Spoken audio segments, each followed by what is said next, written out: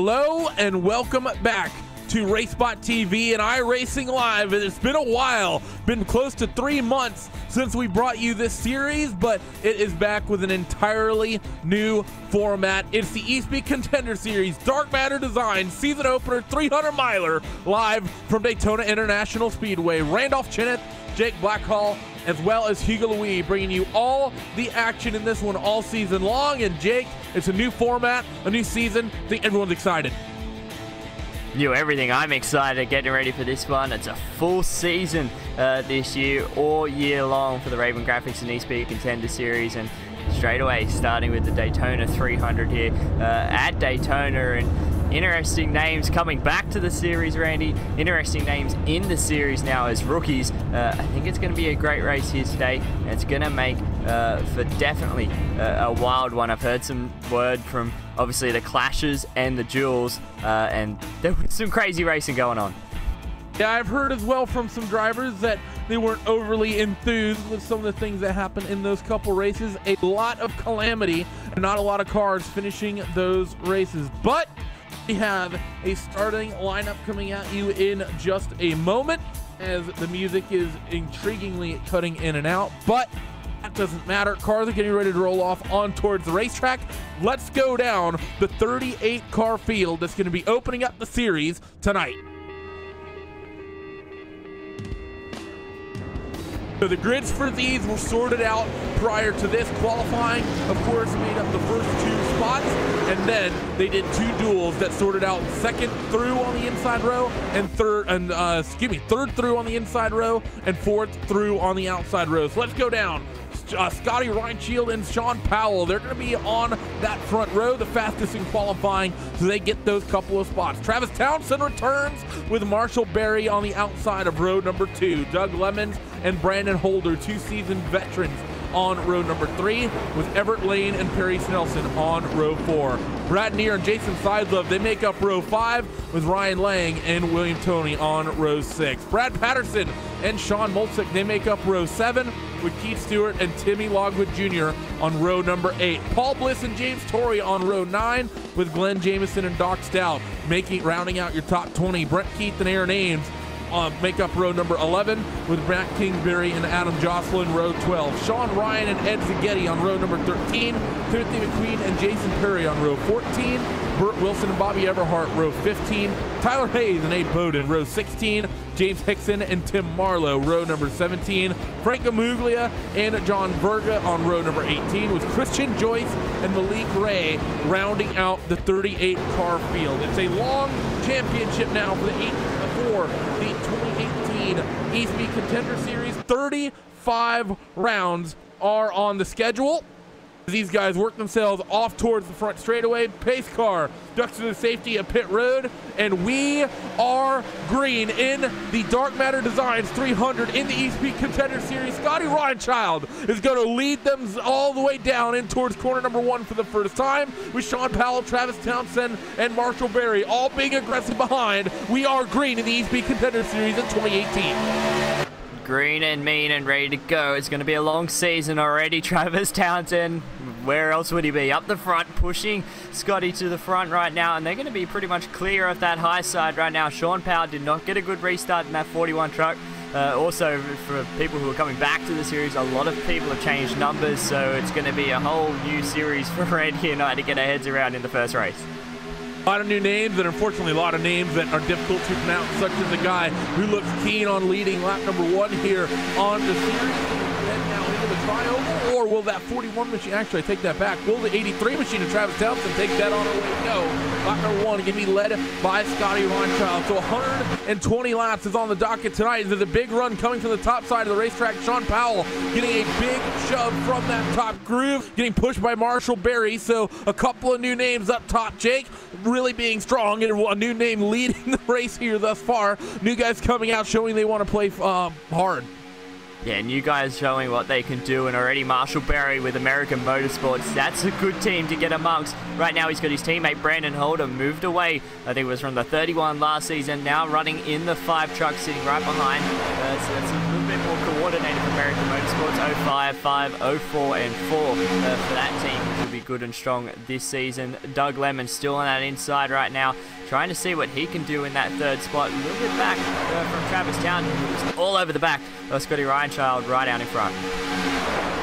You guys continue to lead the way out here in front as we expect this Daytona 120 lap race. Expect a lot of green flag racing and expect a lot of calm stuff until we get up to about 80 or so laps to go here, Jake. That's really been the big thing in these plate races, in this championship. We know that there's been a lot of calamity in the duels, so keep in mind there's about 38 cars in this field. About half of them would have partaken in each duel, and from what I've heard, only about 5 or 6 cars finished each one. So hopefully these guys in the season opener for the big race can be patient and get themselves to the end. That said, that upper groove looks keen on moving forward as the 41 car of Sean Powell. He wants to know the head and lead a lap here, and he'll do so. He takes it by 100th at the stripe. Good move from that high side groove at the moment. The two behind him, those two American Motorsports trucks, they're the ones that you want to have behind you at these early stages. We know they can push to the front. They've done it before. Right now, sitting on that high side, but Scotty Reinchild sitting inside on that inside line with Travis Townsend. I'm surprised that Townsend hasn't really tried to push him even further out in front. So Sean Powell on the high side in the 41 truck right now, he's got the advantage, getting a good shove from Marshall Berry in that second spot out there, and nothing they can do though through the middle of the corner. Scotty Reinchild in that 27 moving back to the front. So everyone trying to move their way back up front, as I don't think Scotty's going to be able to lead this lap either. I think the 41 noses ahead up top, and indeed he's going to lead another lap, this time by 0.03 of a second, so the margin comes down just a little bit further. So the new rookies that we have coming into this series: Sean Mulsick, Malik Ray, Matt Kingsbury, Scotty Reinchild, Sean Powell. You see those two out in front. John Verga, Jason Perry, Tyler Hayes, and Marshall Berry. So a lot of known names in that quote-unquote rookie list there, Jake. I think Malik Ray is one name that a lot of people will be familiar with. Matt Kingsbury is one as well. And, well, two of the rookies are currently out in front leading this thing. Yeah, two rookies out in front, and I wouldn't really class a couple of those guys rookies. We know who they are. They're going to be up the front, especially come later on in this season, once they get familiar with the drivers and the teams that are already familiar with in this series. That high side, though, got a little bit of a break between Marshall Berry and Brandon Holder, who sort of lost about a truck length there. They actually lost a lot of the field. Right now, that rest of the field just starting to close back up. That's led by what looks to be William Toney, the GBI driver right now, trying to close up to the back of Timmy Logwood Jr., who is now in the 4, trying to catch this main group.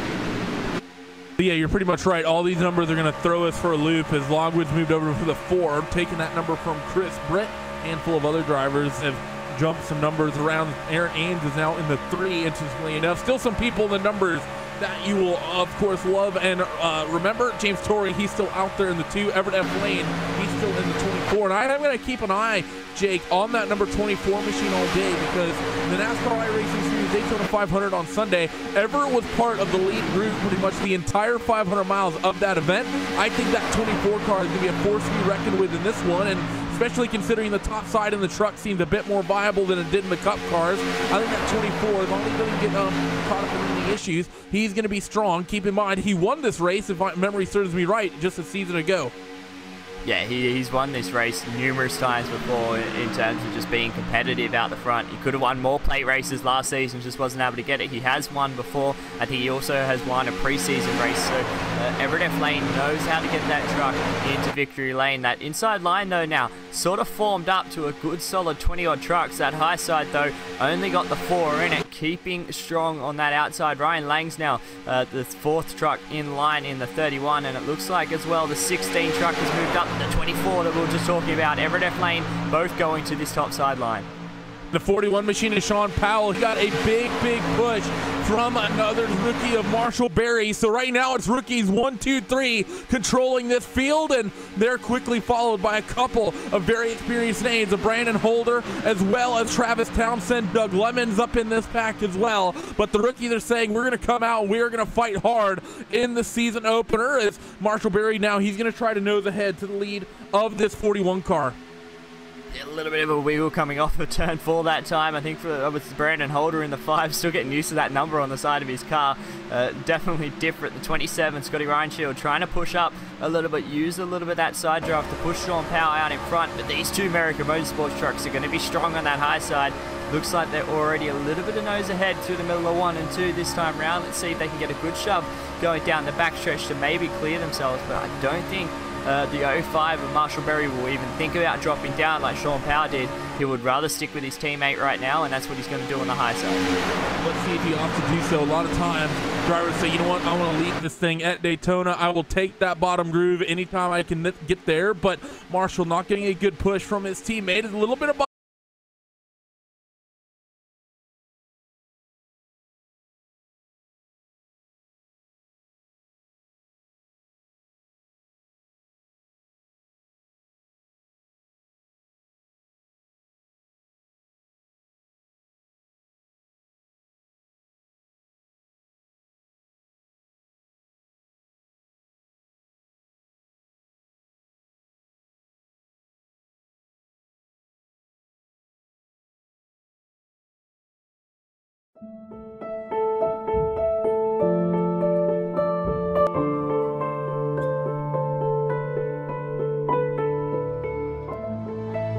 When I sat in the car, you know, you always wonder, what's it going to feel like? You know,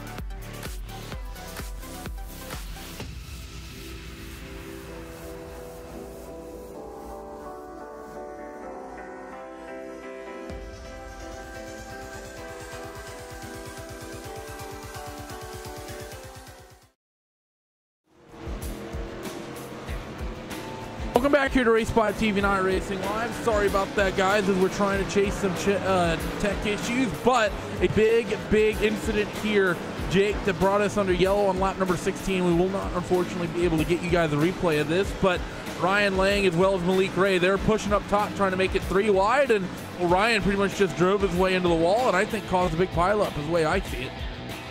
Yeah, it didn't really happen, especially going through the tri-oval right there for Ryan Lang. That door shut pretty quickly and caused a massive incident there. A lot of trucks that were involved. Travis Townsend, one of the notables, got a lot of damage to his truck. He was hard into the outside wall, got cooked from Malik Ray and Ryan Lang as they moved down. Pit stops though, first of the day done, and Everett F. Lane coming out pretty much first off that win off pit road. Brandon Holder in P2 in the 44. I think that's Jason Sizoff. Still it is. Staying out and gonna maybe lead some laps. So a couple guys opting to stay out, and that's an interesting strategy call considering the length of this race. Now, expect fuel mileage probably be what? Somewhere around 40 to 45 laps, I would suspect, Jake, because actually it's going to be one car ducking back down on towards pit road. So the 44 Sizelove opting he wants to go back to the back of the field. Maybe he might, I don't know if he missed the box or what the deal is, but he now heads down pit lane. It's going to be Everett Lane who brings us to the lead back to green. Yeah, he's going to be the leader, Everett F. Lane, and we know how quick that 24 truck can be, and especially now that he's out in front. While we were sort of away there, Brandon Holder and Marshall Berry both got down to the low line, so that's why those two have now swapped positions. Berry first got down to that inside line, then Holder followed him down a lap or two later, and then obviously the incident kicked off. But at the moment, Edward Seghetti, a lot of damage to that 58 truck. He's on pit road. Perry, Townsend, McQueen, Kingsbury, as well as Malik Ray, they are both more than 1 lap down. Keith Stewart as well is 1 lap down at the moment with some damage to the back of that 16 truck. So a lot of notables in that sort of list there, Randy, that are pretty much out of this one very early. Only 20 laps scored of 120. Yeah, a lot of notables really, getting out of that one, like you said. Keith Stewart a lap down, Malik Ray a lap down, Matt Kingsbury a lap down, and he was, did he just spin? Or he just came to a stop for some reason near pit entry, and he was stopped there for a pretty long time. Not sure what the issue for the 21 is, but Tim McQueen, Travis Townsend, Jason Perry, Ed Seghetti, and Sean Mulchick, like you said, a lot of notable names. Well, actually, you take that back. Sean didn't actually take the green, so he's 17 some odd laps down. But you're right, a lot of big names taken out in that one. Yeah, a lot of big names, and looking at it now, looking at the schedule as well, we're going to bring it up as Hugo brings it up as well in the background. It's a long one, Randy, and we're going to be in it for the long haul. Pretty much 35 races for the season, and we kick it all off here at Daytona, and then it's just onwards and upwards from here. Long championship in this series. Normally we'd see these guys run 2 different seasons over the course of the year. That'd be somewhere in the realm of about 40 events, but they decided because, well, if we're already running that many races, we actually run slightly less to just run a full schedule, so we're just going to link it up and run one big, long championship. And, well, these guys doing whatever they can to work themselves over the course of this one. Pace car lights are now out, so 1 to go, but trying to survive deep into that championship, Jake. Trying to keep the mental. It's going to take a lot of mental toughness, knowing that because there's so many races in this championship, you need to start thinking about October and November when it comes to this thing, and not just like basically the middle of summer, which it was for these guys last year. Yeah, it's not like a matter of 10 races and then you got to start thinking about chase, and it's how many races I'm looking down at now. It's 25 races before we even get into the chase, so that's a lot of races that these guys are going to be thinking about. It's pretty much an entire schedule that they've used to run, plus a couple of races added on that they've got to think about. So Daytona, Atlanta next week, then Vegas. So starting off with the notables, and then obviously Rockingham, which that track I drove it the other week in an Xfinity car. It's bumpy. And I haven't realised how bumpy that track is, and it's been a while since I've driven there. So that's going to be an interesting one straight away early in the season as well. And obviously Daytona already starting it off. It's going to be one that we've got to talk about, because if you get onto the right foot from here on out, you can really start your championship well. The field's going to be running themselves 2, 3, and 4. Let's see. Let's just take another quick look as cycle through some interesting tracks. Rockingham, like you said, Milwaukee, Daytona Road returns. That's actually a bit of a surprise to me. Also have an Eldora exhibition race mixed in there. Mosport comes back. Gateway, and of course Watkins Glen towards the end. Those are the big sort of curveball racetrack. Green flag is going to fly once again here on the Dark Matter Designs 300 here for the Espeed Contender Series. And Everett F. Lane from 7th on the grid, he's going to lead them down towards corner number 1 with Brandon Holder up top. Marshall Berry, Brad Patterson, and Scotty Ronchild, they round out your top 5. It's a little bit loose there from the 42 of Patterson, giving a big shove to Marshall Berry through 1 and 2. Now it's been a while since you've seen the 42 out in front. May have just jinxed you, Brad. I am so sorry. As Marshall Berry moves to the high side, links up with Brandon Holder, and now that big shove coming from the 42, going to push the Everett F. Lane, get him still alongside with the 05, and then going to go side by side through 1 and 2 with Sean Powell and Scotty Reinshield, the 2 that were leading, now sitting in 5th and 6th. These guys getting very, very racy here. These guys stay file through in towards the tribal, the 05 machine. I think he's going to lead this lap. That's going to be Marshall Berry up top, and he's going to get it by 1,000ths of a second as they head down back towards 1 and 2. It's the 42 and the 24. Those two, they ain't teammates, but they are hooked up very, very well here, Jake. And 42 of Patterson pushing Everett F. Lane out to a race lead. This reminds me of the old tandem days. This does remind me of the old tandem days as well. Pretty much got a couple of truck lanes down to the rest of the field.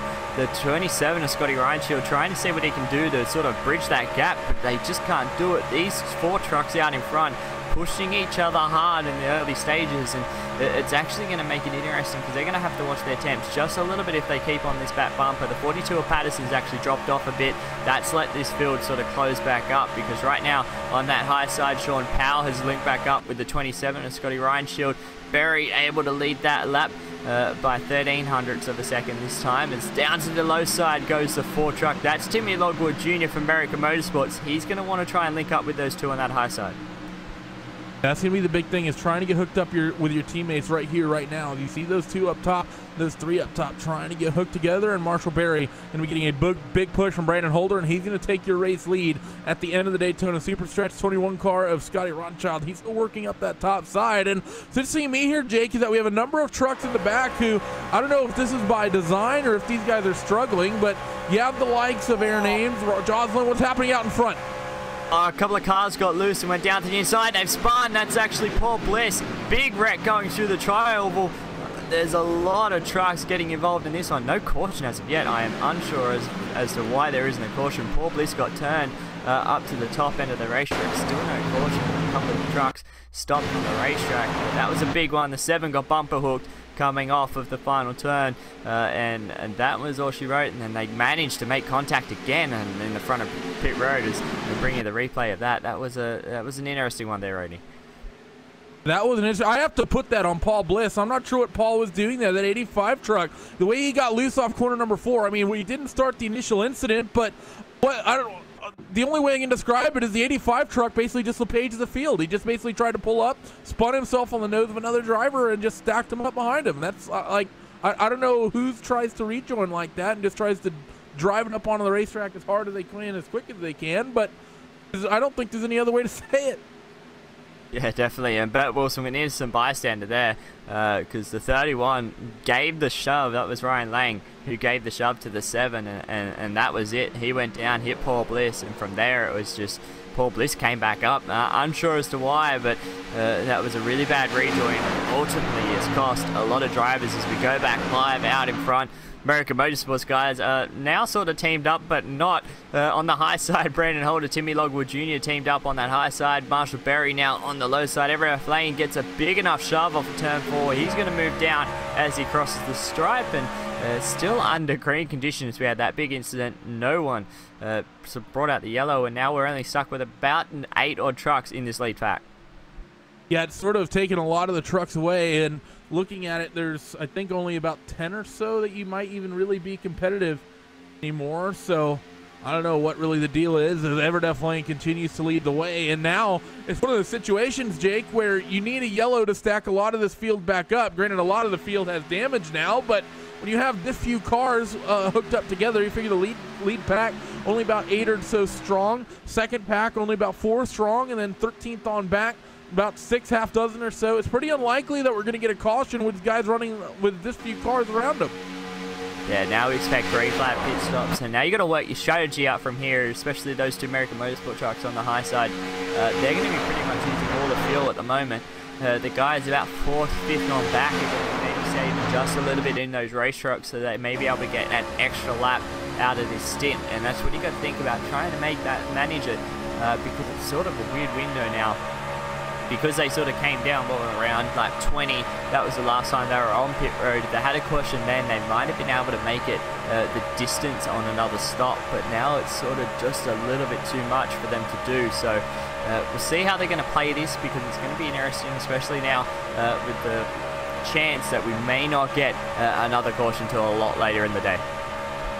Currently working lap number 30 of 120 as who's that taking a little bit of a peek down low. That's the 05 machine. Most notably, Jake, the most important about that wreck is that it came shortly after you mentioned Brad Patterson, and he was not involved. So therefore, the jinx is, I think, in that case, avoided not Chris Britt. It's Timmy Logwood Jr. giving the push to the 5 of Brandon Holder down the super stretch. Only 2 cars up top. I honestly think, Jake, in this situation, if I'm the 4 of Logwood Jr. and Holder, there's no real reason for me to get really, really pushy with this pack right now. I honestly think the way you play this is just get to the end of this line and log as many green laps as you can. As the 05 machine, he's going to jump up top and try to lead some laps here. It seems like he wants to be aggressive and get out in front. I honestly think that amount of your competition just got erased. I try to keep this green as long as possible. Yeah, I'd actually try and form up a single file, whether it be up near the wall or whether it be down near the yellow line. I just say you form it up and stay like that for the rest of the race until you sort of need to make a push. I think they wanted to get Marshall Berry. I think they wanted to get his teammate out of there. They've done so. And even though it didn't jinx Brad Patterson, I got his teammate Burt Wilson, so it doesn't really matter. Still managed to go through Evolution Motorsport somehow, some way. And right now, Marshall Berry still up on that high side. And actually, Timmy Logwood Jr., I think, may have been listening to you, Randy, because he has dropped a long way back. A couple of truck lengths already from the back of Brandon Holder. He may just drop him behind Sean Power. No, he's not clear. He can do so if he drops back a little bit more. And it looks like that's what they're doing. These guys just sort of quite formed up. They sort of, it almost looks like intentionally getting themselves off cycle here. You see one car ducking to the high side, one staying in the middle. They're sort of intentionally, I think, not forming themselves up. I think they've realized the situation, knowing that, there's no real reason here. Yeah, you could argue there's some bonus points, but really over a course of a long championship like this, Jake, especially with a chase format, there's no real point in pushing for 5 or 10 bonus points here or there, even if it is most laps led. 42 machine of Brad Patterson goes to the high line and immediately gets back down as that top groove is pretty much all but gone extinct. And those guys, they might just form up their own little train here, and this is one of the big things. Those 3 cars, if they wanted to, they could fall back by about a second, and because there's only about 6 or 7 cars in this other lead pack, Jake, 3 cars, they could just keep pace back there just a little bit ways back and give themselves a little bit of a safety buffer.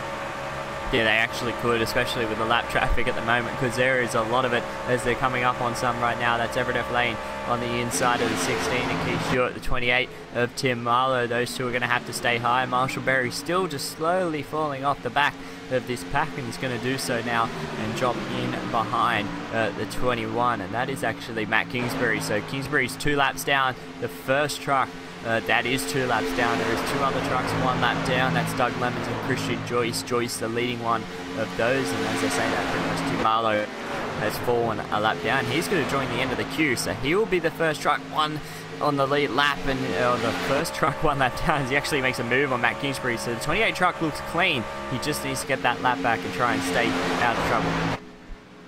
I think he's going to be one who's going to try to aggressively. Don't be too aggressive about this, Marlowe. You just need to sort of latch onto the rear of this field. You don't necessarily need to be the one. You don't necessarily need to be 4th or 5th in line, as nice as it might be. You just need to get yourself down there, get yourself to the bottom, and let yourself run there. It's actually a big run for some reason for Marlowe up top. Those guys down low, I think, lifting out of the throttle a little bit. And that's going to be one of the big things, Jake, because I think normally in these trucks, we saw in the Cup cars on Sunday and Tuesday, about 40 to 45 laps. Trucks will be somewhere in the same ballpark. So for these guys now, this few cars all lined up line of stern on the bottom, you basically start saving fuel, I think, to this point to the end. Pretty much save as much fuel as you can, especially in this window that you have right now. A lot of trucks sort of off cycle or not on this lead pack. If you're in this lead pack, you just slow it down. There's no need to try and push flat out at the moment, even though I say slow it down, they're still going 190 mile an hour down the backstretch. But it's just one of those things, you don't want to be pushing super hard as Brad Patterson gives Everett F. Lane. It's like they're saying everything against what we're trying to say here, but sort of the matter is that they need to just calm it down. There's no need to try and make any silly moves. watch their fuel mileage, because that's what it's going to be. That's going to be the point of this race. Great trucks out in front. That's going to be the big thing here is, you know, it's going to be sort of difficult for us not to repeat ourselves in the course of this one. We just lost so much of the field, and so much of the field is no longer a factor that there's really not much we can really do, as Everett F. Lane can continue to lead the way on the next sort of pack in line. Looking for the next cars that are in position, that's going to be a trio of Sean Ryan, William Tony, and Timmy Logwood Jr. They're about 8 seconds back, and as far as pace goes, about a second or so off the leaders that last time through. The 46.3 for Everett F. Lane at that circuit around the racetrack, going to be a 47.7 mid to high. So those guys are, I don't know if they have some damage from the contact or what, but they're formed up, and they need to, I think, work really, really hard to try to maintain it, because those guys have dropped off a lot and are dropping off a lot lap on lap. Yeah, a lot of people are dropping off, and it's interesting. Timmy Logwood Jr. now down in that 10th spot. He's now 8 seconds behind the race lead. He was up with Holder and Berry before, but dropped a long way back. Unless he's come to pick up his teammate Sean M. Ryan, it may have been the case, but now they've picked up the pace just a little bit. 46.4 was from Timmy Logwood Jr. and 46.2 for the race leader. So they've picked up the pace just a little bit back there, running about 8 seconds off the pace. And a lot of trucks now that they're starting the lap, starting to form on to the back of this leading group right now, Randy, because we just had Doug Lemons, Tim Marlowe, the 48, John Verga has also joined along with Keith Stewart. So a couple of these trucks, some are damaged, some aren't, just trying to hook onto the back of this leading group. Yeah, that's really the big thing, I think, is these guys trying their hardest to just stay linked up here on this bottom groove as we're approaching 1/3 distance in this thing. Have one caution thus far, and a wreck that honestly should have brought one out. Lap 20 is when we went back to green flag racing after that first big incident, Jake, and now they're get closer and closer to 40. We're sort of getting close to the halfway point of this second run. So pit stop's about 60, and then somewhere around lap 100. So right now, as we currently sit, not really an issue in terms of fuel economy. There's no way you can make it to the end. You're going to see guys pit somewhere around lap 60, and then once again somewhere around 100, and then there you're going to be good to the end.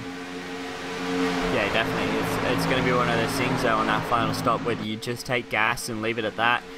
So you could maybe save a little bit, take out half a can to try and save a little bit more, but it's going to be that sort of a window where you take 4 tires, you take 2 to maybe give you a better handling truck in the later stage of the run, or you just take no tires and put some fuel in it depending on when you come in. So that's going to be the strategy that these guys are going to have to make. The 28 once again, Tim Marlowe trying to form up an outside groove, but no one wants to do so at the moment. The 16 is sort of a couple of trucks back, trying to see what he can do from there. Doug Lemons moves up to maybe help the 28, but those 2 trucks, both multiple laps down. 1 lap for Tim Marlowe, 2 for Doug Lemons. They're just going to try and see if they can get the laps back at the moment.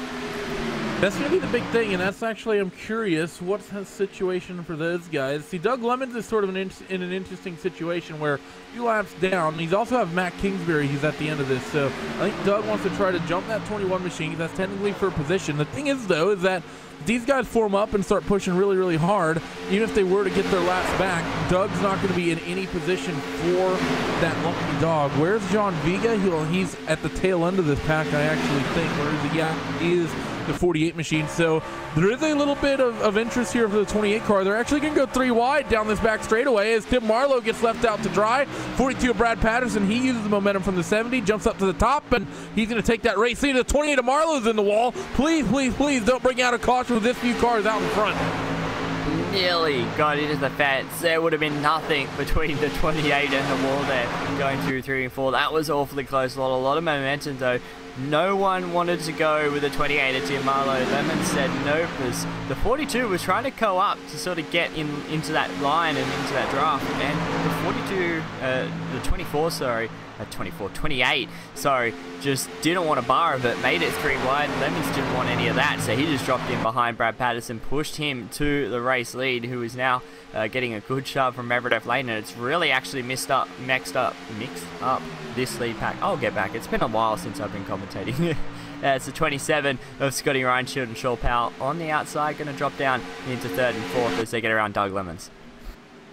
These guys round themselves out off of corner number 4 and down in towards the short chute once again, in towards the tri-oval. Brad Patterson going to lead another lap as upper groove coming in. Third and fourth place, that's Sean Powell and Sean Reinshield. They want to try to race here the 24 and 42, as things are getting a little bit interesting out in front here, Jake, because it's not just one big pack of cars. These guys went from being a little bit racy to being really, really calm to being really, really racy once again. And like I said earlier, I don't really understand it. This many people have been taken out of this race and out of contention right now.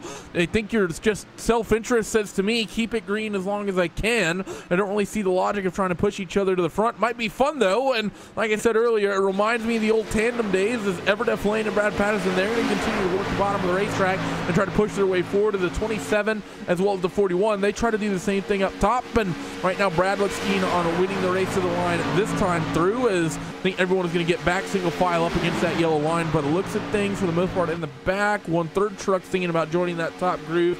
That's Matt Kingsbury, who's a couple laps down as well. So a bit of indecisiveness from these guys in this lead pack. I just think no one knows what they want to do at the moment, because Patterson and Everett F. Lane jumped out to a massive lead at the moment. Obviously Scotty Reinshield and Sean Powell on that high side line, but that's it. Everyone else has gone away from this pat. There was a good chunk of drivers there.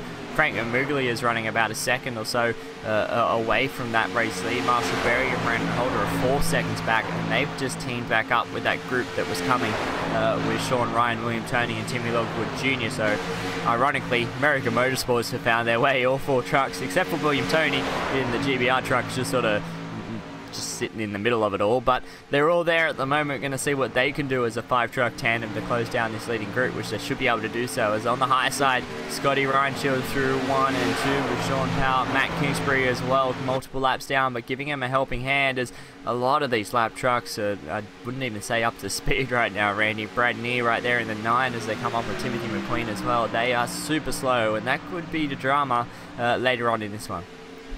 It could be the big one of those guys get a little bit early up on that top side, and that makes me a little nervous.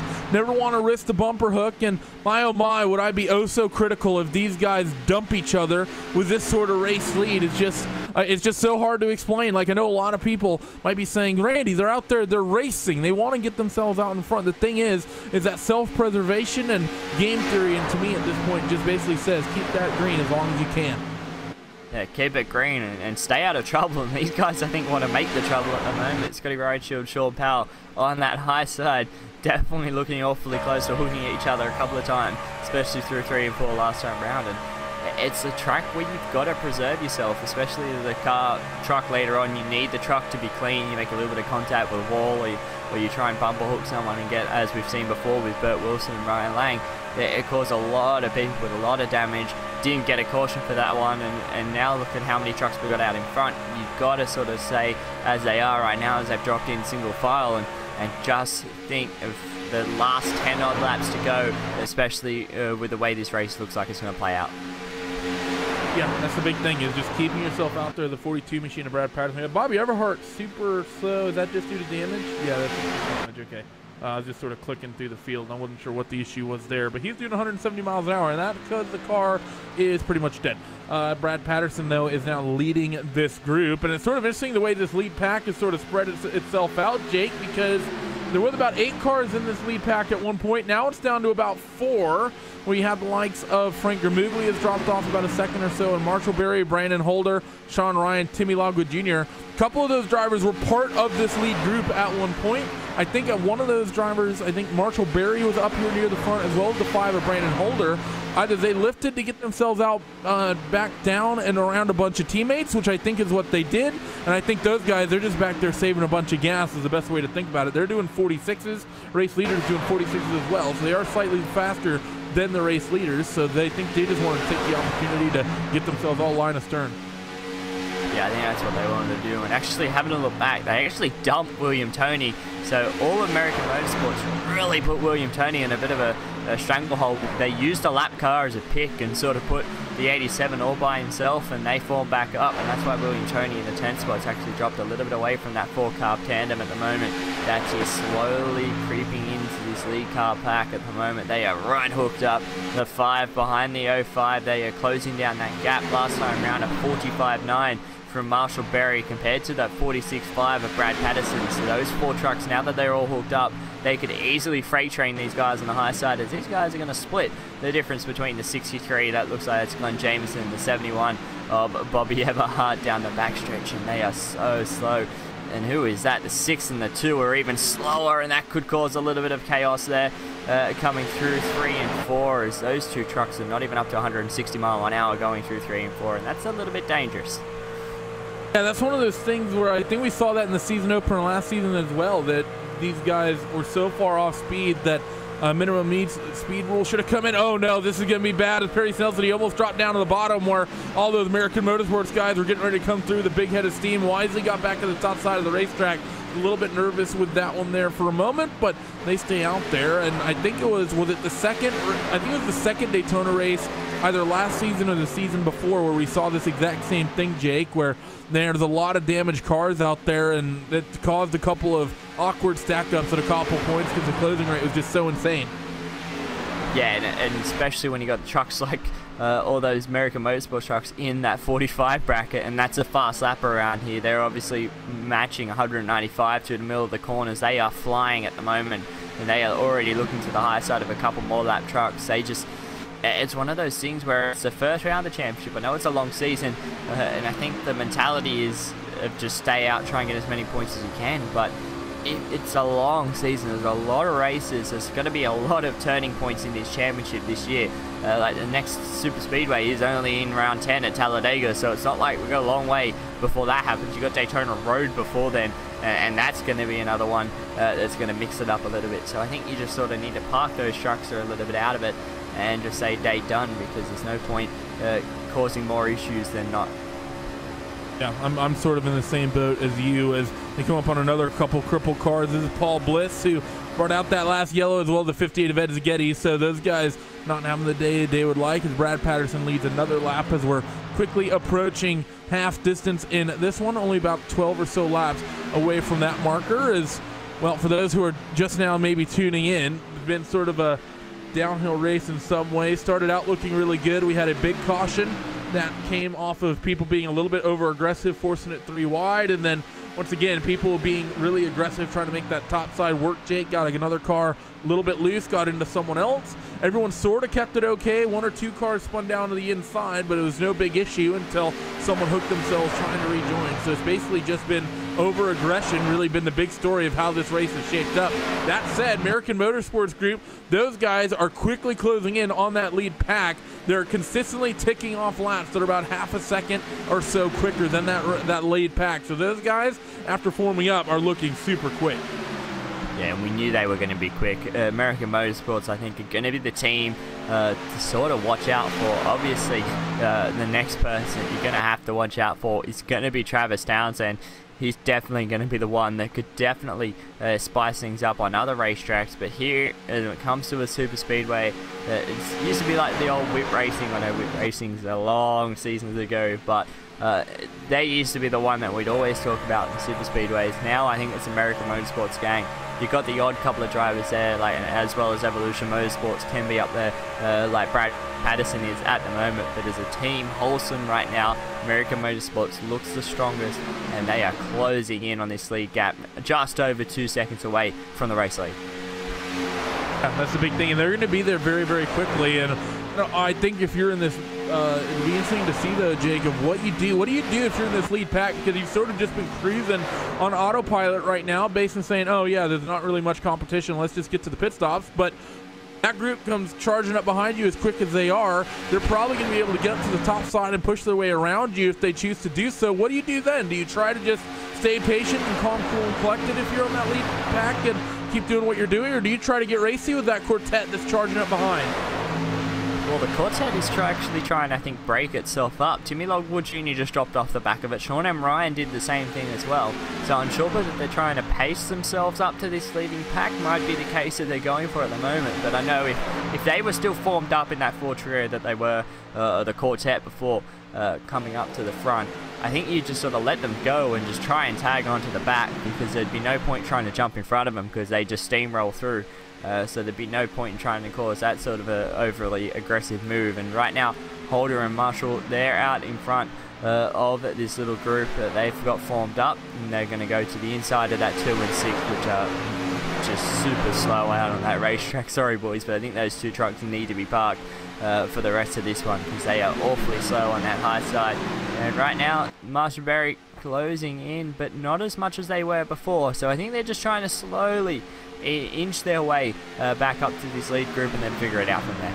Yeah, I agree with you. It's basically that big thing right now. They're just sort of like maintaining the gap. I think this is a good call by them to do what they did. Is now they get around Timothy McQueen, he's cruising out there at 170 miles an hour, so he's sort of on the brink of probably should be parked as well. He is quicker though by himself than Torrey and Snelson, who are just cruising out there at 160 with a slipstream. But I think these American Motorsports guys, Jake, it's a good call to push really aggressive the way they did and then back it off, because you want to just bring that gap down any way you can. It's out to about 3 seconds, and really if you wait until the final moments to do that, you might cut it a little bit short, because eventually this lead group, if this race stays green, is going to get really, really pacey and really pick up the pace, whereas everyone right now is basically just being calm, cool, collected, and really saving gas when they can. Yeah, exactly. And when you look at it, actually, the 4 Timmy Logwood Jr. and Sean M. Ryan, they were 7 to 8 seconds away from the race lead, because Logwood Jr. dropped all the way back to pick up his teammate, picked him up, and now he's driven him all the way back up to the front with his teammates of the 5 and the 05. So they've got some stout trucks out there, and to be able to do what they're doing right now, just sort of managing the gap, they have got their heads in the game, and that's what I expect from these guys for the whole season long. I know it's early, but they were doing this last season. They know how to do it now. They've got a couple of seasons under their belts, and let's see what they can do now. They're just sort of keeping it. They just slowed the gap down a little bit now. I think they're going to try and form back up and go again. They're just sort of managing it and watching from afar, and it's a good job that they're doing that, because if something was to happen, it'd be the leading group that's going to happen. But 4 trucks v4, it's American Motorsports versus everyone else at the motorsport at the moment, and I think it's going to be hard for anyone to beat them. Before I didn't know that we had MLG settings in iRacing come recently here. These guys run themselves through 3 and 4 on the high banks once again.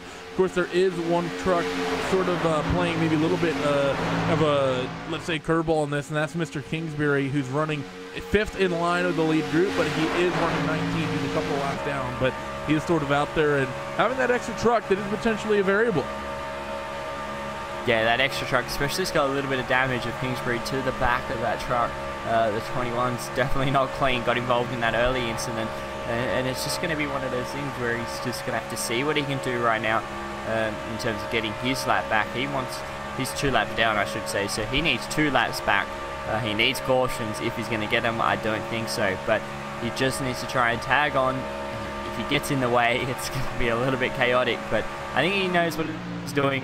I think we know what he's going to be doing, so he's just going to sit there, try and hope for a couple of cautions, see what those guys behind are going to be doing, who are actually now starting to drop away a little bit, now 1.6 seconds behind the race lead. We'll see what they are at the stripe, as Brad Patterson leads another lap, 1.5, so they're just managing. American Motorsports are just playing the long game, as once again, looks like they're coming up onto the 6 and the 2 on that higher side. No, that's the 85 and the 58 Zagetti and Paul Bliss, who are traveling slowly through 1 and 2. I was going to say, if they are already lapping them, then good lord. That says Torrey and Snelson, they're just now entering 3, and your lead pack is entering 3 right about now. So it's still, that is the pace difference. Those guys are running 55-second lap times versus 46 for the race leaders as they circle through 3 and 4 once again. That said, Jake, green flag pit stop starting soon, and we've seen in this championship in the past, some people are very, very good at getting down onto and off of pit road. Other people not so much, and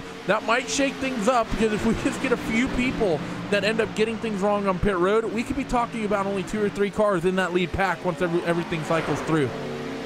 Yeah, this is where you have to be on your game, whether these guys practice it or not, especially after the duels and the clashes, which had a couple of cautions that sort of thinned the field out as well, whether they were able to get some practice. Oh, there's the 2 and the 6 as they go by on the higher side, and yeah, whether they got some practice actually getting down the pit roads, holding that truck up, getting it to pit lane speed, and then getting it in the box. It's a lot harder now to get these trucks into that pit lane and make sure you stop on your marks. You could be an inch forward and you won't be able to get the pit stop started, so you've got to make sure that you nail every part of this cycle now, as that is a 9 on the inside of Brad Neer as they go to the high side of him, go through into 1, and they're going to get him clear before they do so. But yeah, you've got to make sure you nail it now. Brad Neer used to be one of my favorites, but not anymore. He's running an LSR scheme, so I'm not going to talk about him for the rest of the season. That group puts him a lap down, though. I'll talk about him not doing good things. So I think is that how the favoritism works, Jake? I think that's how it works. I'm just going to roll with whatever you're going to go with now, because I don't even know. Well, that's great. You want to play a game of tic-tac? No, I'm kidding. Brad Patterson going to lead him once again. Let's see if anyone opts to take pit road here. I think the American Motorsports guys likely going to be on down towards pit road slightly sooner, because they, of course, fell way back, got themselves hooked up, and then charged up to these race leaders. They would have used a little bit more gas doing that, where if these guys have been more consistently 2 to 3 tenths off pace, so maybe should have been saving naturally a little bit more gas as they now all head down the back straightaway once again. So when does people come down pit road? And one thing that I did notice, Jake, we saw it sort of in peak last night, as well as in the NASCAR iRacing series, the Daytona 500 season opener on Sunday, the Sunday morning race that we broadcast. A lot of times here at Daytona, it's the guys who pit slightly earlier that have the advantage, because when you're all stacked up like you are, if you're the group that comes down a few laps early, or maybe 1 or 2 laps early, you can get out there, get hooked up, and you can get yourself up to speed, while those competitors in front of you, when they come down pit road, you come charging at 190, 200 miles an hour, where they'll start cruising at 180, 185 trying to get wound up. You can get a lot of easy spots that way. Yeah, you can get a bunch of easy spots that way and be able to do something with it. And just having a look as well, the 27, the 41, and the 21 are actually all teammates. And just having a look through the thing, I think they are, yeah, they are, for their Aero Refinement group. So those 3 trucks, they're actually all teammates, so they may all come down together. The 42 and the 24, however, are not. So those 2 are going to have to sort of judge when one comes down to come down with them, or whether the 3 trucks behind them, sorry, all drop down before they even think about doing so. So it could be a little bit of mind games playing out between this group of 5 trucks out in front. I'm going to call it 5 because Kingsbury sort of made himself a part of it at the moment. But these 4 behind, obviously American Motorsports, they all know when they're going to pit. They're already going to be talking to each other about that cycle of when they're going to do so. I reckon we're going to be looking around about 3 to 4 laps before that cycle of when these guys are going to come down. It's really the big thing of when you want to do it. Like you said, we're sort of basing our numbers based on what we saw in the Cup cars this week, because a lot of people have done a lot of running at Daytona the last 7 or so days as they work themselves off 3 or 4. Let's see if people are going to come down early or not. Take a look as these guys drive past pit road. Nothing going just yet. A couple of cars are down there. Who is that entering pit road? This is just a straggler, and it is a lap car. It's actually Timothy McQueen. You also have John Verga. He's putting himself down towards pit lane. The other cars with damage, Jake, and that means they're going to have slightly minimized top speed because of the aerodynamic inefficiency, as well as higher fuel less fuel economy, I should be saying here. So for those guys, even though they're likely running out of fuel a little bit earlier, probably about 2 to 3 laps earlier than this group, still sort of an indicator of where the fuel levels are going to be. Yeah, so a couple of laps maybe for this leading group, unless some of them are going to peel down now, but we'll have to wait and see. Yeah, those guys definitely, a lot of damage on those race trucks are going to hurt them. As behind the American Motorsport trucks closing that gap. No, they're not, as I say that. All 4 of them come down pit road. Well, what up, boys? Don't get a speeding penalty, because you may just ruin yourselves for the entire race. So now they're going to make sure they nail every single one of these guys. Has to be smart in the box, straight, and get the job done. Looks like Barry is going to be the first one to do so. Barry, I think got it perfect. Yep, got it nailed. As Lemons is in there, Holder's good, Logwood's good, and so is Ryan. So every single one of them in the box, ready to go, and now they just got to all leave together, and it's right as rain.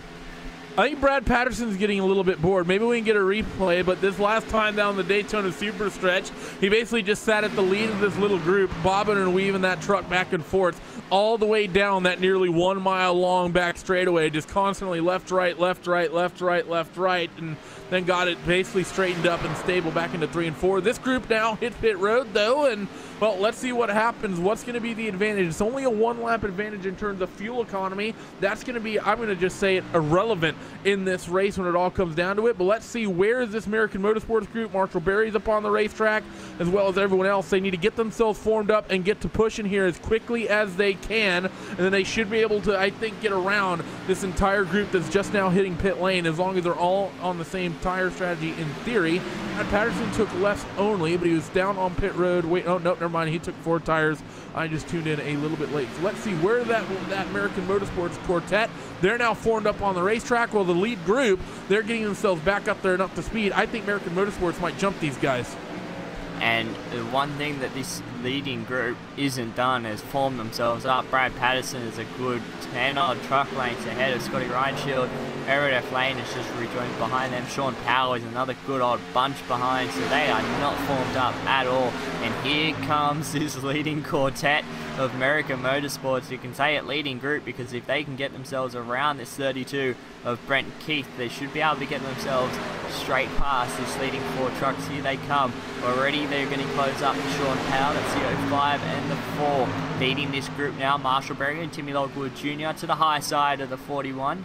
They're going to get that job done, so that's going to put another truck behind this group. If the only issue is they've got a bit of a gap, so they may want to try and close that up because Powell may feel it. No, he doesn't. I think that would have been a smarter decision, but couldn't get the job done before that 04 closed the gap. And they're going to move themselves now into that quartet with Matt Kingsbury now on their inside.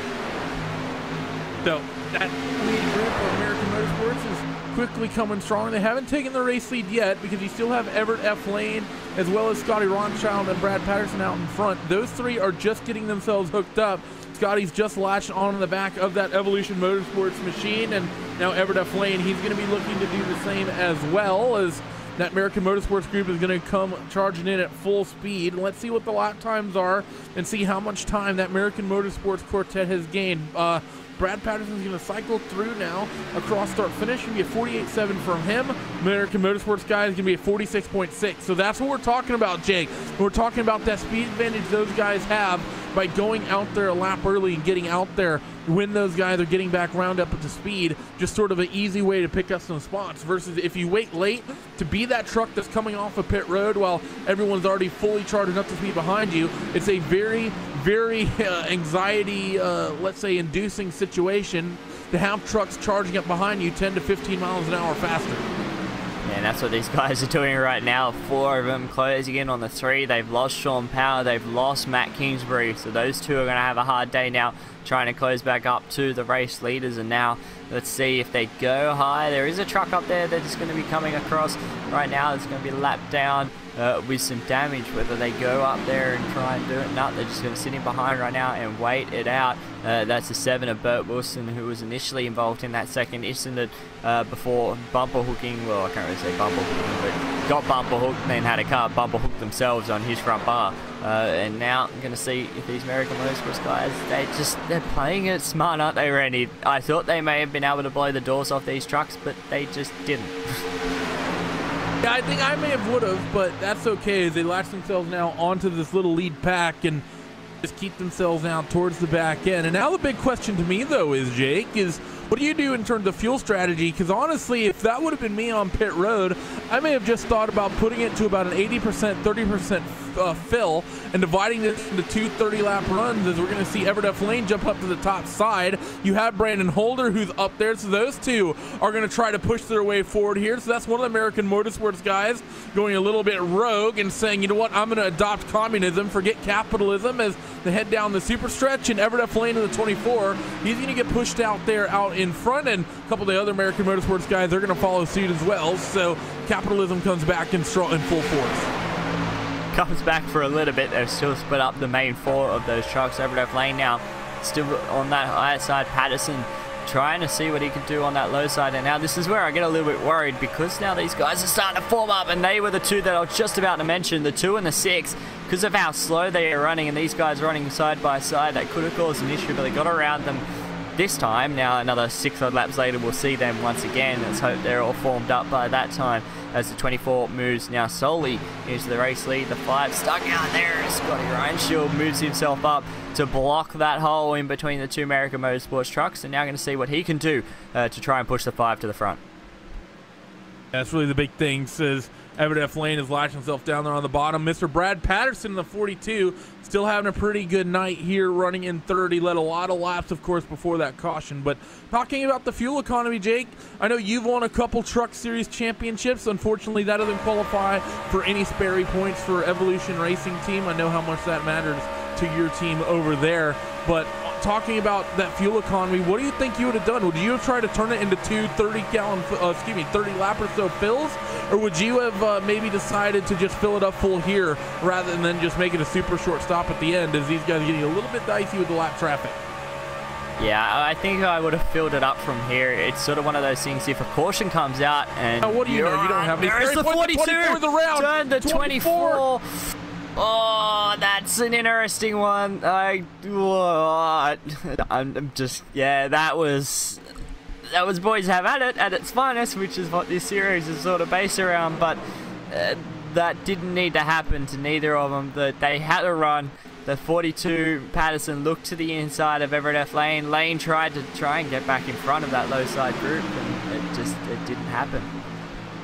That reminds me of Brian Vickers turning Jimmy Johnson at Talladega all those years ago, and I completely agree with you there, Jake. Brad's sort of a good buddy. I've sort of gotten to know him over the years we've been broadcasting this series, and I have to say there was no reason for him to stick nose down there for the race lead. I get it, you want to lead here at Daytona, you want to be out in front if you can, but I really think that pushing the margin quite that late, quite that tight, and especially with so many laps remaining in this and with so few competitors, that's only ever going to not go good if people get loose off of 4. Come on, boys, as these guys get scary loose off of 4. There's only about 10 of you in this lead pack. Calm it down.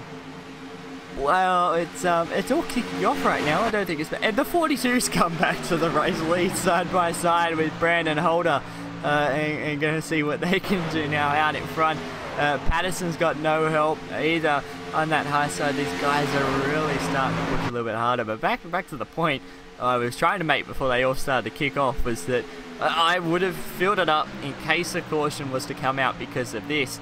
If you sort of were in this situation, they started to fight a little bit hard towards the end of the stint, knowing that the laps are winding down, and a caution obviously came out then, but you already made your pit stop. You may have fallen a little bit off the pace. You may have been lapped because of these guys in the draft, and you underfitting or underfueling the truck. So I would have filled it up and just played it as it came. If everyone came down early, you'd come with them. So just sort of opens it up a little bit. Trying to take a quick review here of my Dropbox. I was having some internet issues, so I closed everything a while ago. But does that 24 machine have any teammates in this lead group? Because the way I see it is that Brad, being as aggressive as he was, he just sort of turned himself. Everyone in this lead pack is going to be like, wow, that 42 car, he's definitely the bad guy in that situation, and no one's going to work with him. So the 42 of Patterson, who's had a complete struggle the last, nearly half dozen or so seasons now, he sort of put himself in a situation where I don't know if anyone in this lead group, when it comes down to it, is going to push him to the front if he's in such a situation. Yeah, it puts me in an interesting one, knowing that that's just happened. His teammates, obviously, of Everett F. Lane, is Brett and Paul Bliss, so they're definitely not going to help him. But the two Evolution Motorsport trucks is Glenn Jameson and Bert Wilson, but they're both damaged at the moment. I don't think they've picked up anyone else during the off-season, just having a quick look through, and I don't think they have. So it's the same 3 trucks for Evolution Motorsport, as well as Abe Bowden. Sorry, they picked up Abe Bowden at the end of last season, but Abe, unfortunately, I think he's a long way behind as well. Actually, no Abe Bowden. Oh yeah, there he is. 20th at the moment. He's just on pit road, so there's no one for Patterson to work with. He's sort of a lone ranger at the moment. There's 4 American Motorsports trucks among this group as well, and Scotty Reinshield, I don't think he knows what he wants to do because he nearly got turned. So I think it's just going to be interesting. But Patterson's holding his own on that high side ring, doing a good job at it at the moment. Yeah, the inside's basically saving gas. That's the only way to explain that. As the 2 and the 6 come up quite quickly on that high side, I don't know whether you would be right now, would you? I think the way that these guys have been racing, it looks like they've been very racy. And Jake, you don't have to hype it up. There's one truck up top and about a dozen on the bottom. They're saving gas. I'm just going to say I wouldn't be at this point, so I don't know why they would be. Because you're not going to make it. You're going to have to make a pit stop. So, right, but that next pit stop will get you to the end, and if it goes green, you have a short fill. Yeah, but you're still going to put 4 tires on it if you do. No, you don't. You just go with 2. Why would you put 4 on? It's a plate track. I'd put 2 on it, but some of them may put 4 on depending on the way the truck's They obviously don't want to win the race. These guys continue to cruise their way around, and me and Jake are quickly turning this into race spot after dark. There's a couple of guys putting a couple tires down underneath the yellow line. That was Marshall Berry doing so. I'm not exactly sure what's happening. I think these guys maybe getting a little bit impatient here, or maybe just lack of better term, might be bored, as they're now coming up on the trio of Brad Neer, James Hickson, and Timothy McQueen. Those guys are currently locked to the bottom of the racetrack. Let's see what they opt to do, as they're struggling to stay in line as the race leaders cycle through. Normally I would say get to the top, but too late now, boys. Keep it pinned down to the bottom, and hopefully the leaders can cycle their way through. Those guys try to stay low as hard as they can, and I think everyone should be able to cycle through up top here cleanly. A handful of other trucks here at the tail end of this little lead pack, and I think we're clear of those lead lappers for now. Yeah, clear of those guys for now, as pretty much the lead group has formed up, and as I say that, Patterson says, no, I want to go to the high side once again and do it all on my own. So Patterson to that high side in that 42 truck, as the 5 actually moves up with him. Oh, the 71. Oh, Bobby Everhart, that wasn't. I think Holder went a little bit too high, nearly got into the back of that 71 truck, and now I think they're trying to leave Scotty Ryan. The guys are getting racy again out in front. 42 now getting formed up with Sean and Ryan behind him. Marshall Berry as well. I think the American Motorsports may be trying to form themselves up once again, I'm sure. But Patterson getting a big shove from Sean and Ryan through 1 and 2. That's going to push him pretty much out in front. Another little bump coming off of turn number 2. Don't bumper hook him, Sean. Otherwise, that's your teammate on the inside you're going to get. And I think Brandon Holt is actually rolling out of that one and letting the 2 teammates jump back in front. And Patterson now to the lead. So Patterson leads the quartet. This is going to be a little bit more struggling. I think Scotty Reinshield here, Jake, I honestly think if I'm in that 27 machine, if I'm struggling the way I am, I think I want to try to get into the back of this little train, because we've seen that 27 car consistently have to chase that truck up the racetrack. Oh, and it's just, a couple cars are around. That's going to be a caution. Everything's going to get reset. 16 and Keith Stewart is around. What happened here? The 41 and the 16, as there was a truck up top. A lapper of Ed Zaghetti, who, again, one of the drivers we said should have brought it off the racetrack, basically forcing people into a 3-wide scenario, who's still able to go full speed. And, well, those two come together, and not much you can really do after that. 16 tried to save it, and he ended up hitting the wall hard. Yeah, they just sort of made side-to-side contact. Big hit, though, for the 16 and Keith Stewart. Zaghetti got a little bit of that as well, as this actually brings out our second caution of the night. No one else involved. No, as the 16 was able to get it cleanly away from that one, but his day already 4 laps down for the 16, but a lot more damage to that 16 truck. As the 42 out in front brings out that 3rd caution, and pretty much a reset with 40 to go. 60 to go. Wait, no, hold on. 40 to go. You're right. 40 to go. I was on the wrong person because I'm not a smart person. And now, well, I mean, that pretty much takes everything in terms of fuel away here, Jake, because you're going to come down pit road right here. I think you're going to fill the car up, and depending how you feel on tires, you might take 4. I think 2 is still going to be potentially viable here. Whether it's lefts or rights will entirely depend on how you're liking that car set up. I think other than that, for the most part, there's really not much to talk about. There's a handful of other cars that are still on the lead lap. We're only going to have, I think, a total of 13 when lucky dogs come through. Tim Marlowe is going to be in the 28 car, I believe, the person getting that lucky dog. But it's going to be him, and then Gramuglia, Everett Lane, who after getting spun, he's coming back with Ryan Lang, Adam Jocelyn, Tyler Hayes. So only 12 cars, not really going to see any big shakeups. So because of that, we are going to step away here on RaceSpot TV and iRacing Live, catch our breath, and then we will be bringing you the run to lap number 120, all hopefully ad-free, unless we get a bunch of yellows here on RaceSpot TV and iRacing Live. Don't go away. Introducing a whole new form of racing to the best online racing simulation in the world. This is Dirt Racing on iRacing.com. Race online at some of America's most legendary dirt tracks, including Eldora and Williams Grove. iRacing is the premier online racing game featuring NASCAR, IndyCar, sports cars, and now World of Outlaws, the leading sanctioning body for dirt racing. iRacing is easy to use and features a centralized ranking system to make sure you have the best experience at any skill level. With a massive inventory of high-precision laser scan tracks and cars with an unmatched dedication to quality and detail, iRacing gives you the most authentic online racing experience available. Thanks to iRacing's dynamic track system, developed specifically for dirt racing, tracks change over the course of a race, just like your favorite dirt track on a Friday or Saturday night. From a slick racing groove all the way up to the cushion, iRacing's dirt tracks deliver non-stop racing action. Partnered with the World of Outlaws, iRacing is your source for the most authentic dirt racing experience available, featuring 4 brand new tracks and 11 new cars, including street stocks, legends cars, late models, NASCAR trucks, winged and non-winged sprint cars, with much more on the way. Join the Dirt Revolution on iRacing.com and start slinging mud today.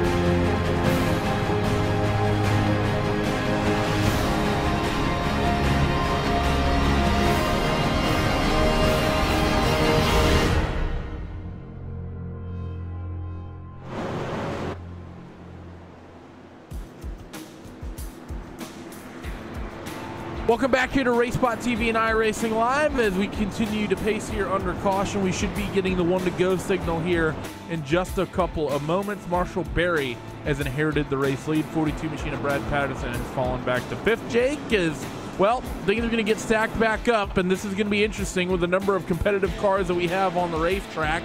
It's going to be an interesting fight here for the final 40 laps. Hopefully we can keep it green. Yeah, hopefully we can keep it green, and after that pit stop cycle, like you said, obviously Brad Patterson dropping down into that 5th spot, but out in front, the top 4 all American Motorsports trucks. So they're going to be lining up in those first 2 rows on this restart, and I think it's going to make for an interesting one when they all go green to see how they're going to play that. But Patterson down there is going to be that lone ranger to try and pick stop Scotty Ryan Stewart, who has now got his teammate back of Sean Powell in that 7th spot. 8th, Grimugli with Jocelyn in 9th, and Ryan Lang rounding out the top 10 at the moment as they start to double up as the lights are out in the pace car.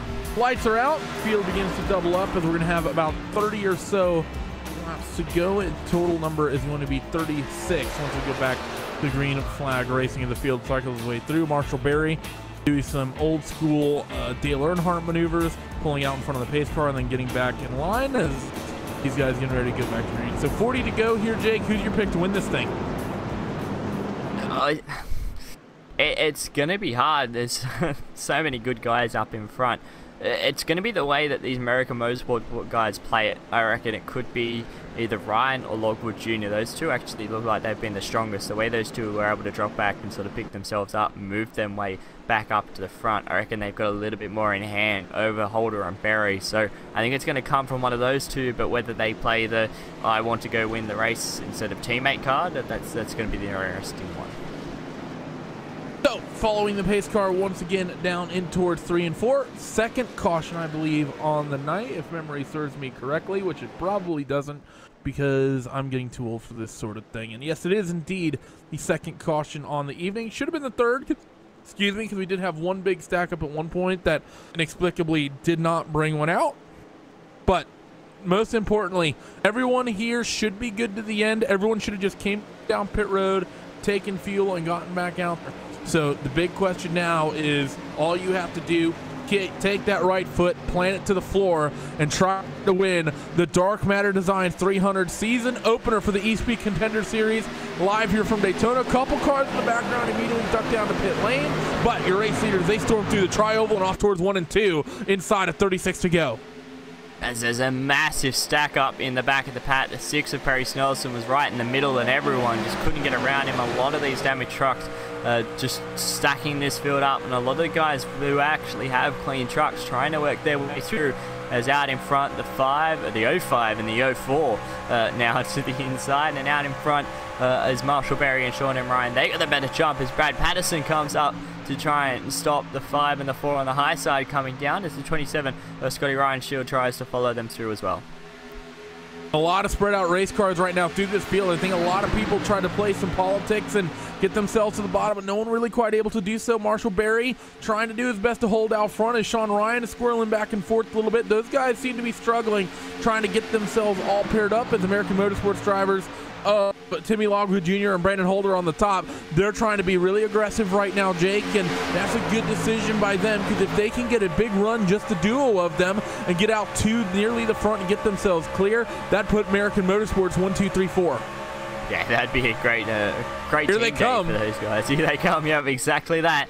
Moving their way up on that high side, the two of them trying to get to the front and make it a 4-car train for American Motorsports. Not able to do so this time around as they entered 3 and 4. One of the dark horses, though, they've just seen that closed up in the back of this. Frank Gamuglia running for Travis Townsend Racing now. So Gamuglia will have a good truck underneath him.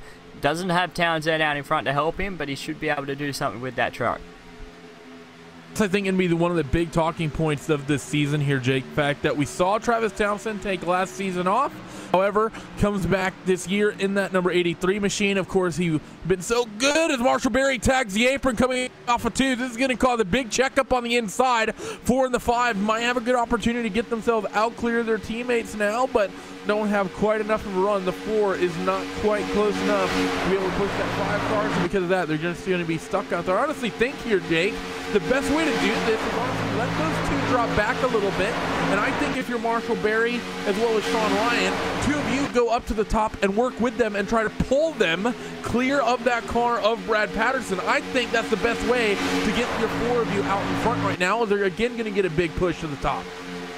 Whether they want to do that, no, I'm not sure about it, Randy, because right now I think they're just trying to hold both the lines, especially if some of these guys start to move up and try and form that outside group to move to the front. I think they'd rather have both of them than watch, say, 4 or 5 trucks behind them try and make that outside work, because at the moment, Scotty Ryan Shield, the next one behind Brad Patterson, Frank Gamuglia, Sean Powell. Adam Jocelyn is in this pack as well. He's got a decent truck that looks pretty clean. Same with Ryan Lang, even though he's been involved in, I think, both of the incidents right now. He's still got a good truck.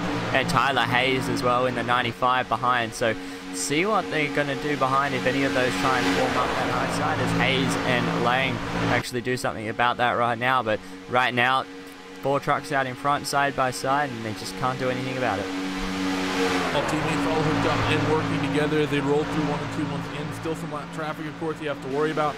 Harry Nelson and James Tory, they're going to get tagged here. Another lap down in just a moment. 30-mile-an-hour difference or so is the difference in closing speeds of the 4 or 5. You see them again still working that upper groove, trying to get a bit of a push. A couple other cars jumping up there. The 13 of Gamuglia in that Townsend Motorsports meet, as you said, was Ryan Lang and Tyler Hayes. They're sort of back to the tail end of this field. Not really unsure. I think they're pretty unsure, of what they want to do as 4 and 5. They're going to give them a shove up top. Let's see. Can Brandon Holder lead a lap here? Nope. Not going to quite have it. Marshall Berry's going to thank the low line gods and clip the apron once again, and thank the traction gods that he doesn't spin it in front of the field.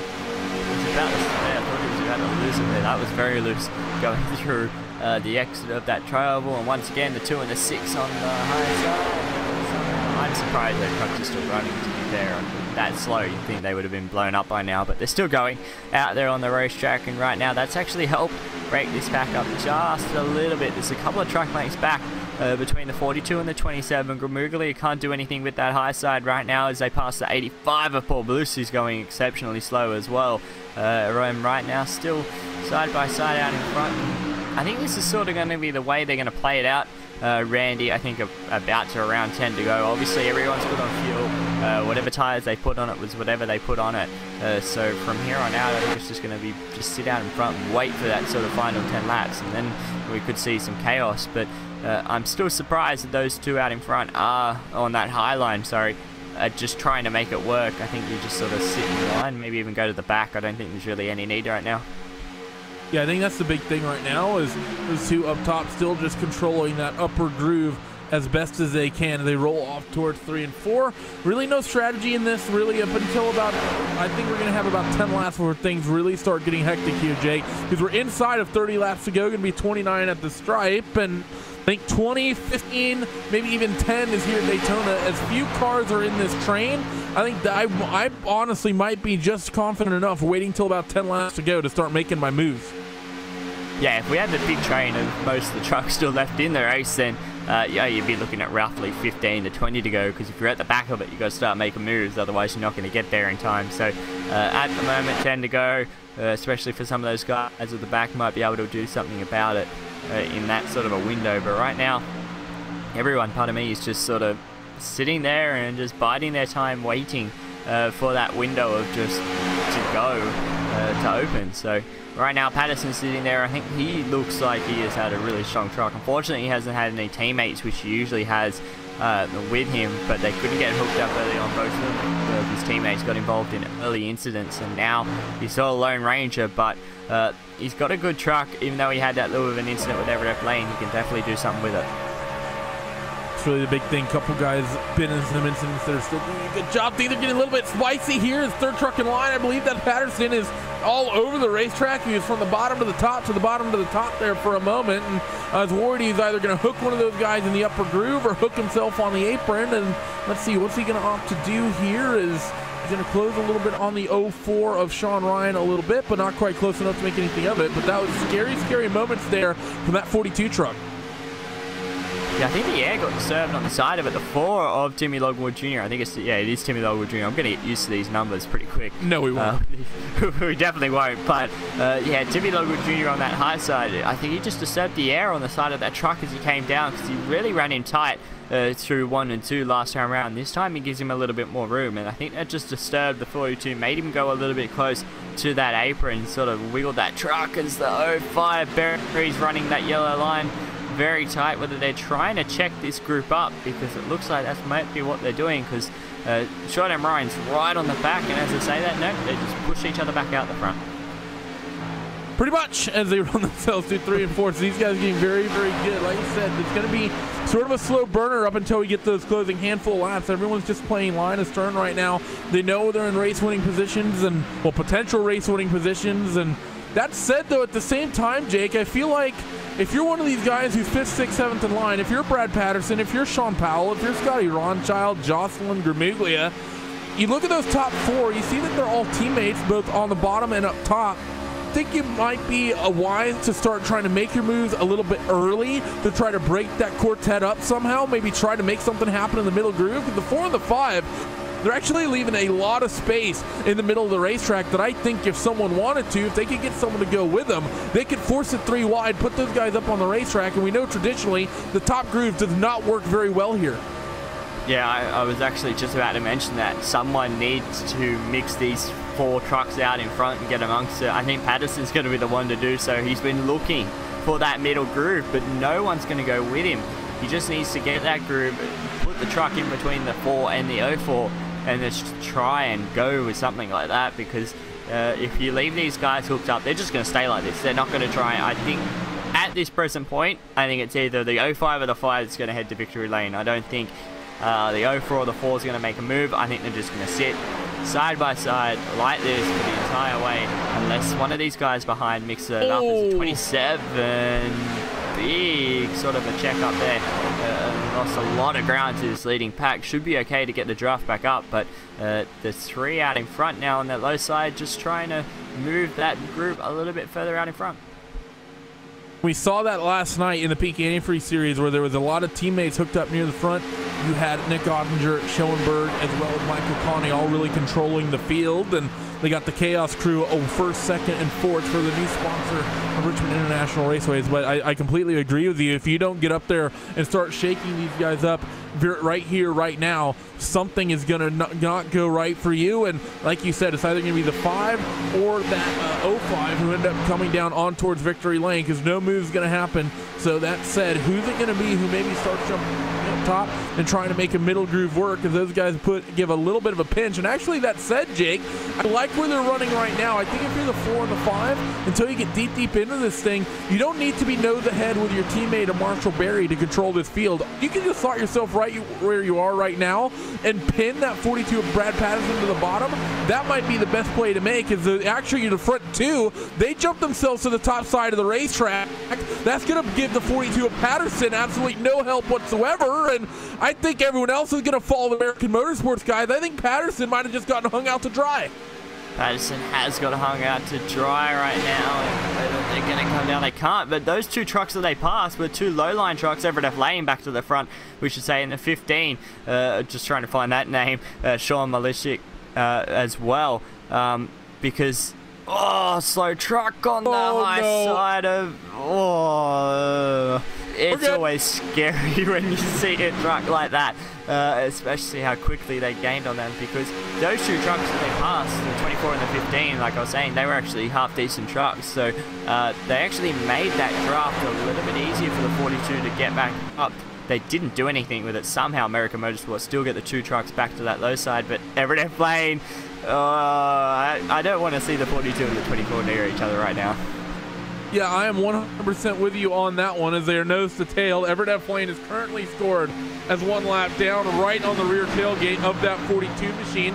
That said, I certainly, well, if anything were to happen, I hope Everett's at least smart enough to spin Brad down the track rather than up it and into traffic. But that said, Marshall Berry back to controlling. I think I would have liked right there, though, the American Motorsports guys maybe linking themselves up and trying to use that bit of pandemonium with the lap cars, Jake, to maybe stretch a bit of an opening for themselves. That said, they get themselves back double file, a little bit of contact. The 42, and I think the 4 made a little bit of a touch as they both, the 42 went up and the 4 came down just a little bit. They both just sort of got together, as the 4 now gives a big head of steam to Brandon Holder. Let's see, is Brandon going to duck down? No, he's not. And there's now a few trucks who have popped up to this top line, and now it's not just American Motorsports up there. You have Sean Reinschild, whose name I will eventually learn to pronounce, Sean Powell, as well as Frank Gamuglia. We'll figure out all the names once the season gets on. I think we got 35 races to figure it out. We'll get there by the last one with Berry now and Holder. But yeah, those 2 behind Scott Reinschild, Sean Powell, those 2 are teammates as well. So those guys should be able to try and do something with it. Gamuglia behind as they goes to 2 and 6 once again on the high side. But the 42 and the 24, they were beating on each other down this backstretch before. The 24 once again all over the back of that 42. I don't think he's going to let it up. Whether he's sort of seen it or whether he knows what happened or whatnot, and go from there. But hopefully nothing happens between the 2. I think they should be okay, because right now that could be only Brad Patterson's hope. Unfortunately, it may be not who we want to have behind him after what's happened earlier on in this race. Is another truck just sort of running that middle groove that they're going to come up. They're going to get by him. James Hickson on that high side left a little bit of room between the wall, but could have maybe moved a little bit higher than I thought. But it's definitely going to be interesting to see how those 2 players right now, definitely Brandon Holder and Timmy Lovell Jr. trying to make moves on that high side right now. Trying to be a little aggressive. They're fanning out 3 wide as they're dealing with some more lap traffic, I believe. That's Matt Kingsbury. He's running 17th, and he's going to be going down, I believe, another lap here in that 21 truck. So that said, they all run through 3 and 4. They're coming up on a very slow Paul Bliss, who needs to be very aware of what's happening. I think Paul needs to try to duck down to the apron here. That's exactly what he's going to do, so that's well played. That's what I was going to say that a lot of these slow trucks need to do, Jake. They're running so far off pace. The 85 only hitting 160 out there by himself, and he's not the only one. I'm not just ripping on Paul, but it's just one of those situations where instead of, if you're that far off pace, it just ruins the pacing and the tempo of everyone, because when you deal with lap traffic normally, you sort of have a tempo of how quickly you expect them to be going. When they're that slow, it's just the sort of situation of you need to make something happen. As that said, Brandon Holder, he's ducked down and taken the race lead in the 42 of Patterson. He's nosed into the middle. He's got no drafting help, though, and we're going to be 3 wide into 3 and 4 in the third. 42 machine gets moved down the racetrack. 24 is upside down in 3 and 4. Caution flies. Big issue as they were 3 wide at the end of the back straightaway. Big issues, 3 wide into turn 3. Did not go this time round, and that's pretty much everyone involved besides American Motorsports. I should say American Motorsports truck was involved initially, but a lot of damaged race trucks out there, and it didn't take long, and that was what Patterson had to do. He had to try and split up those 4 trucks out in front. He tried to do so. He went to the middle. The lap truck that was on the high side, 4 wide, was not going to work, and that was it. That was all she wrote. The 4 and the 42 got together. The 24 getting a big shunt into the outside wall, and that was sort of what he had to do, really. It's unfortunate that it came to that way, but he had to do it. Someone had to do it. See it in a few different ways. I think, because I agree that someone had to try to divide those guys up. But at the same time, I think the timing couldn't have been any worse for Brad Patterson. I think that's a little ill-advised, jumping up into that and forcing guys into that third lane when you're coming up on a lap car that's 20 miles an hour down. I understand the logic is to try to get people to lift, and maybe you pick up a handful of spots and break that up. I understand the strategy, but just seems to me that no matter what happens, it's going to cause an incident. And at the end of the day, to win a Daytona race, you need friends, and even if everyone gets through that clean, I don't think anyone would come out with that saying, hey, Brad Patterson did a really nice thing for everybody. I think that when push came to shove, coming to the checkers, if that 42 is in a position to win, someone would go with somebody else. And now we're talking a situation. Do we have any trucks left that aren't American Motorsports? I was about to say the same thing. It definitely looks like American Motorsports, and I agree with you on that, on those points as well, Randy. It's whether he knew there was a lap truck coming up as well, it's sort of one of those things, like, he had to do that move and he had to sort of make it within 15 to go, so I understand why he went there. But whether he knew there was that lap truck, unsure, but if he did, then yeah, he was trying to use it as a pick, and obviously those guys aren't going to check up. It's a what, 30 mile an hour speed difference. You're not going to check up that much in that time. You're just going to cause more trouble than not. So I think it was one of those situations. He did have the inside clear. He could have moved back down into his line and left it at that. But you can see both sides of the story. I just think it was push come to shove at the end of the race and trying to get it done, couldn't get it done, and it caused a massive incident, and pretty much everyone behind the American Motorsport trucks got involved. So I just reckon you just put your money on a 5 or 05 and see what happens. That said, at the same point, you can't all put it on Brad, because I do think there's a little bit of a maybe institutional failure there when you talk about the fact that all these plate races we've done for this championship for a while now, we've had issues with those slow. Whenever we get one of these plate races and there's a big incident, there's always those trucks that are 30 to 40 miles per hour down. I know the series doesn't use live admins. Generally, occasionally you'll see Matt Holden come in and help out every so often, but if I were to make a rule change, I think making something that upon post-race review, if you're out there and that far off the pace around these big plate tracks, 30 to 40 miles an hour down, I think that basically needs to come with a penalty post-race. Even if it has to come from a post-race review, that'll make the drivers get out there and they'll look at you can run a couple laps, analyze your speed. That's fair enough. That's fair play. But if you're not maintaining minimum speed, you basically need to just get off the racetrack, because you're just a hazard to everyone who's out there potentially being competitive.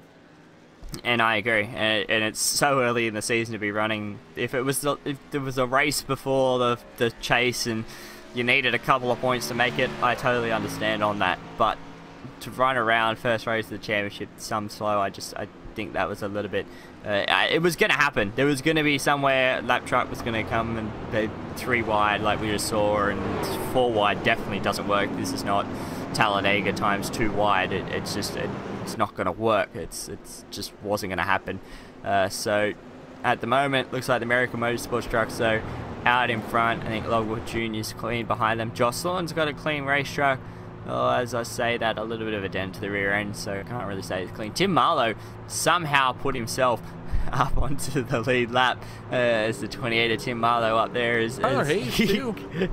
Yeah, it's Hayes as well. As Hugo's had a little bit of malfunction in the commentary booth, but hopefully Hugo is okay. quote Hugo, he said he's dropped Pepsi all over himself, so I suspect that Britney Spears is going to have a lawsuit coming her way for all the advertising she did for that beverage company in the 90s and early thousands.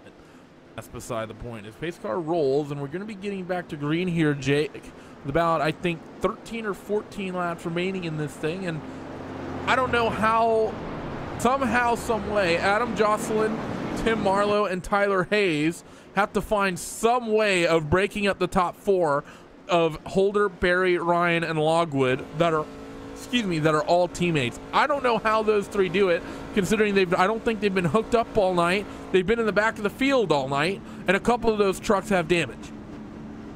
I don't know. May as well just bring all four American Motorsports up into the commentary booth and have them as a joint interview at the end of this race, because it's looking like that's going to be, as the lights are out on the pace car, start to double them up for roughly 13 odd laps to go, pardon me. So I think that, yeah, someone's got to do something now. Whether those trucks have anything for them, though, I don't think so. The 28 has been strong. We saw it when the guys were a lap down and lapping him. He was very strong on pace, but I don't think he has anything for him. Only thing I can think, Jake, the only hope that we have for American Motorsports truck not winning this race is if they're one of those groups that's like, all right, absolutely no team orders, white flag flies, it's every man for themselves, and they somehow end up wrecking everybody. That's the only hope. That's the only thing I can see. You think they might do? I'm not saying whether or not I think they could. Yeah, I'd be pretty entertained to see them all throw the race win away too. That would be pretty good. I'd like to see them race for it though. Like sitting obviously Holden or Marshall, Holden or Barry, sorry, are gonna like be out in front. Maybe one of those two are gonna be victory lane, but I hope they do just say white flag. Let's just have at it. Like if the 4 or the 04 get a run, make it happen. Try and do it cleanly and fairly. That's what you always want in a team situation. You want it to be clean, you want it to be fair, and you'd rather not wreck one of your teammates' trucks. So they come off of corner number 4. Lights are out on that iRacing safety car. Are we going to finish this thing under green? I'm going to say probably not, as we're just over 10 laps to go. Pace car on towards pit road.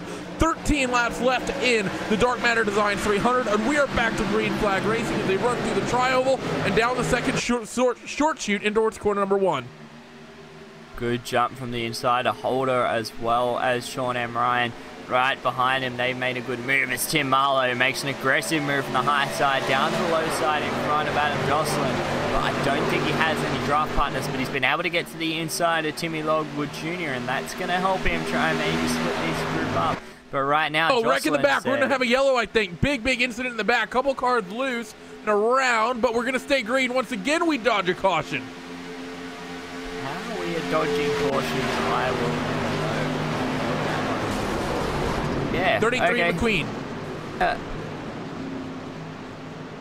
How he dodged that one, I will never know. Got bumper hooked off of 2. There was Jameson came to a complete stop, but no caution out there on the racetrack and back out in front. And now 3 trucks, the low line and the high line, going to see what they can do. But right now it's still American Motorsports 1, 2, 3, 4.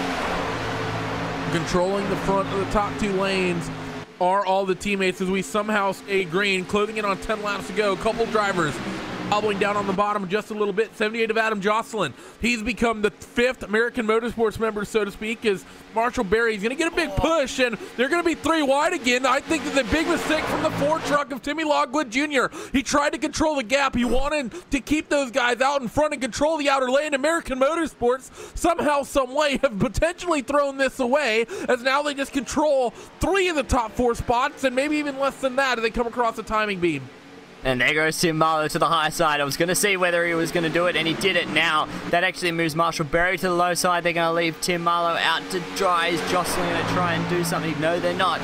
So Tim Marlowe's not able to do anything. No help out there on the high side. Now it's 1, 2, 3 for American Motorsports. The 04, Sean M. Bryan, all over the back of Brandon Holder. He knows that they have to push now. They have to try and get this win after pretty much dominating most of this race. They got to make sure one of their trucks, end up in victory lane.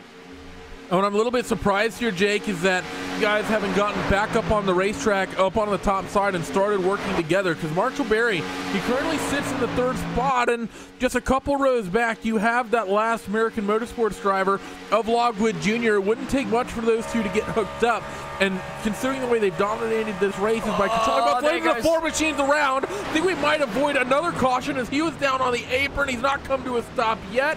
Waiting. We're still green. Logwood Jr., 4 machine, he goes to the back. Got bumper hooked from the 78 of Adam Jocelyn was what it looked like going through. Actually, no, it was the 28, sorry, of Tim Marlowe.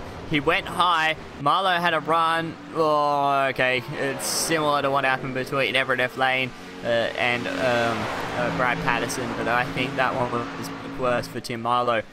There was no hole there. He was sort of two tires below that yellow line at the time, but still green out the racetrack. But Jocelyn's lost any form of hope. He's got no one behind him in terms of drafting partners, and that may be day done. And it could be 3 American Motorsports ending up 1, 2, 3. Not done quite yet. He can still hope for a caution, and look what's happened here is out in front. The 3 American Motorsports drivers, Holder, Ryan, and Barry. That little incident shook this entire lead up. Tyler Hayes has lost that group. Tim Marlowe has lost that group. And Adam Jocelyn has no help as well. Those 3 are pretty much clear to just push each other. I think right now, if you're the top 3, don't be patient. Hook yourself up. Somehow, some way, turn this into a 3-truck tandem and push your way away from Adam Jocelyn, and you all but guarantee that one of you win this race. That's what they're doing, and that's what American Motorsports are trying to sort out right now. Last time round, definitely gaining half a second on Adam Jocelyn. I think they've got this sealed and done. They just need to make sure that they can try and sort of keep themselves together at the moment. They got round Glenn Jamieson on the high side. I think this, whether they try and manufacture whoever's going to win this race, we'll soon find out. But right now, the 3 trucks nose to tail. Whether it's boys have at it at the end, we'll soon find out. But coming down 8 laps to go, or 7.5 now, as it comes down into 3 and 4, and the 5, good shove from the 04 of Sean M. Ryan. Maybe trying to get a little bit of a gap on Marshall Berry. Berry's just hanging back just a little bit, but they've dropped off all but Adam Jocelyn. 7 laps to go, and these drivers have come from all over the place in this grid. 6th and 4th for Barry and Holder. So row 2 and row 3 on the starting grid. Sean Ryan, who sits 2nd, he came from 25th. And just out of curiosity, where did that last American Motorsports driver come from? That was Timmy Longwood Jr. He rolled off for this one in 16th, and he was up at the front at one point as well. But he just got bumper hooked and is well down the order. No longer a factor, unfortunately, for him. But a number of drivers still as well, as Adam Jocelyn's come from 24th to 4th, and 2 drivers coming from outside the top 30 to get themselves into the top 6. So a lot of movers, despite all the pandemonium in the mid-pack today. Yeah, despite everything that's going on, still a lot of people have been able to save their trucks and get to the end. Marlowe now trying to push Tyler Hayes. They're 5 seconds off from the race lead, but I don't think they can do anything about that at the moment. 3 seconds now with Adam Jocelyn behind that packed, and another 7/10 for those 2 running in 5th and 6th. So I don't think they're going to have anything for these guys out in front. And whether they do anything right now, would you try and just stay single file? Obviously you would stay single file, but it comes down to 2 to go. Randy, would you try and maybe jump on your teammates, or just leave it as is? I think you just got to leave it. I don't think they have any reason to leave it. I think for these guys, they have more than enough reason to go for it, because the top 3 separated, they're all nose to tail. Adam Jocelyn has fallen 3 seconds. It's going to be even more than that, probably close to 4 off this race lead, and it's going to be 5 laps to go. So every subsequent lap around the racetrack, they're going to open up that gap more and more and more. I think if you're these top 3, you have no reason not to really race it to the checker. It's now nearly over 6 seconds. Yeah. And that gap's going out. Actually, they wrecked Tyler Hayes, and that's Adam Jocelyn, the 78. Both of them around, still no caution. So Tyler Hayes having a look at the back at this one. Hayes tried to go high, then got hooked from the 28 into the 78, and around they went. None of them made contact with the wall, but both of them lost out on that one. Ryan Lane still hasn't been able to gain a position, so no positions lost as of yet. Tyler Hayes is actually still slow, just trying to get back up to speed on the backstretch, but another crash, no caution as the guys come across the stripe. The trio now definitely can start to race at it, because they're good on 20 odd seconds in front. You know, it's an interesting Daytona race when someone can get spun from 4th and only drop 1 spot. you know, there's a lot of damaged trucks out there as well. As Marlowe only 8 seconds back in 4th position at the moment as the leading trio pass a couple of trucks that are lapped down. But yeah, 8 seconds back is Tim Marlowe all by himself. Jocelyn 18 seconds back, and then Ryan Lang's managed to just get around Tyler Hayes for 6th position. Managed to do something with that. But now we're back to the front, coming off of turn number 4, Randy, and they're going to be 3 to go. The 7.5 miles for American Motorsports to lock out the podium. The season opener as they work themselves down the first of the short chutes and in towards 1 and 2.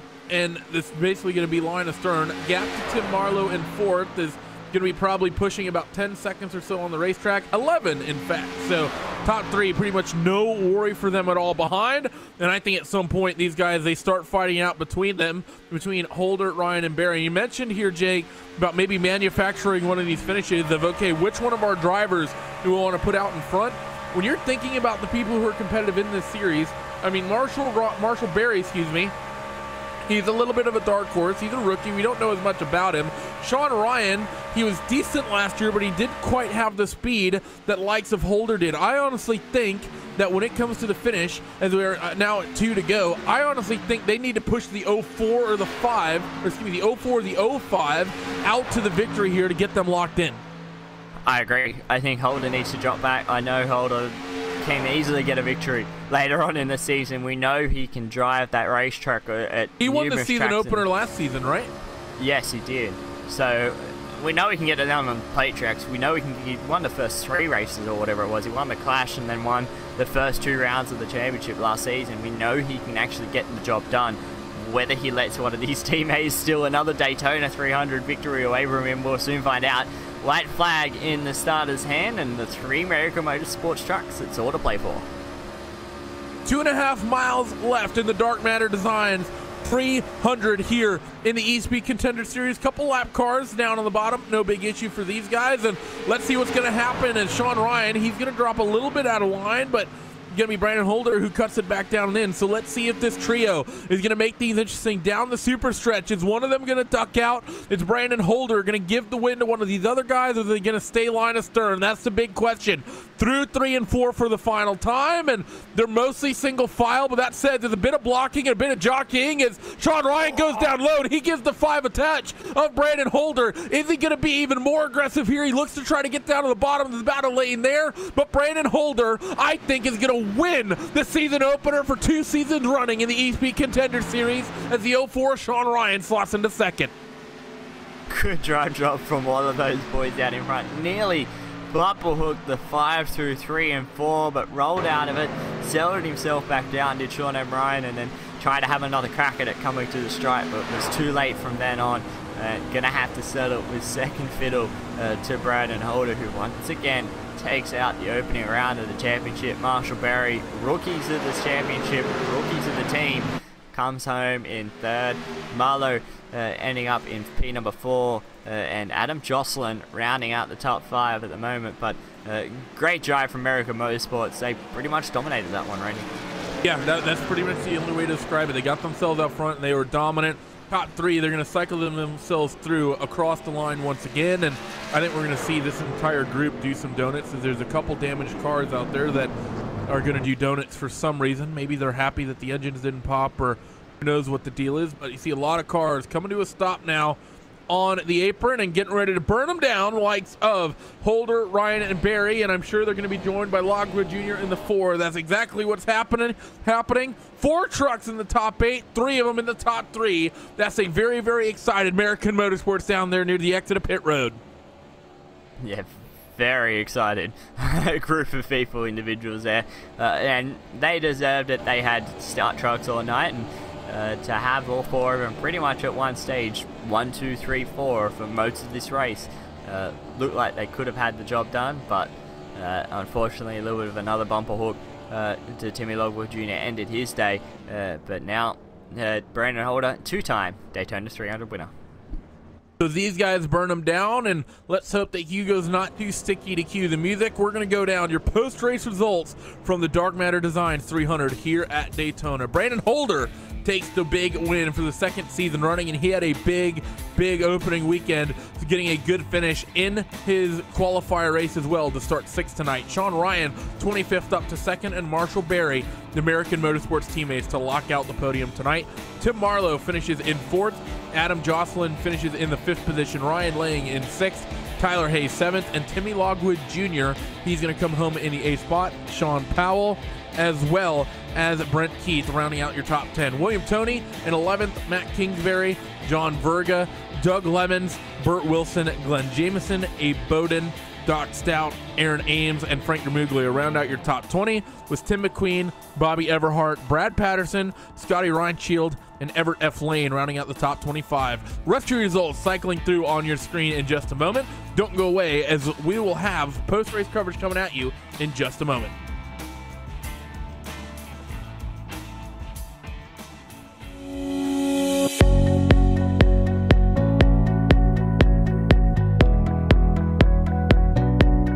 So obviously you guys have come from the virtual world to reality. What do you think about a sim racer coming in the real world? What were your expectations coming in? Coming from iRacing, you know, a computer program, basically down here to a real world scenario where you got all these guys with all these years and years and years and years of experience that are also using iRacing as a tool to come out and run against those guys and beat them and finish ahead of them and show them, you know, there's a thing or two you might be missing is fantastic. You know, I mean, that's a skill that I know I don't have, and I can appreciate it because I'm terrible at iRacing. Glenn was able to come into the team. We did a lot of preseason testing, actually a full season's worth of testing before we even started the season. And he came in, there was a lot of sectors that he was the fastest guy out of our team. And Sparky and I looking at data, trying to catch up to him through some turns. And of course, you know, some places Sparky will be the fastest or I'll be the fastest, and Glenn is able to learn from, you know, what we're doing, and vice versa. So it was excellent to see his pace right off of the bat, and speed was never a worry. You know, it's about qualifying well. Qualifying is very difficult, you know, and pretty important in this series. And so is, you know, being able to make effective passes without contact. It's very difficult to pass in these cars, so, you know, it's not easy being here. I think the level of ultra competitiveness in here, where when normally when you make a pass, you're making a pass with 2 cars involved. But if we're making a pass in this series, you have to remember there's 5 cars waiting behind you. If you mess up that pass, they're going by you. Yeah, it's like sharks. Yeah, you're surrounded by sharks. But no, it's been I've been very surprised and very pleased with it. And obviously I have the 2 champions I'm sitting between. John actually statistically is the most successful MX-5 Cup driver in the world. He owns every record that you would want, none of the bad records. Maybe some of them, I don't know. Maybe some of those. And Sparky's one of the quickest guys in the paddock, and you know, obviously the champion now. So I couldn't have picked a better team to be with 6 Sideways. I'm looking at what everybody in the paddock calls gold. I mean, they will pay to look at John and Sparky's data, and I get full access to it. And I get to see where I'm doing well and see where I can improve. And I've been really pleased with my progress.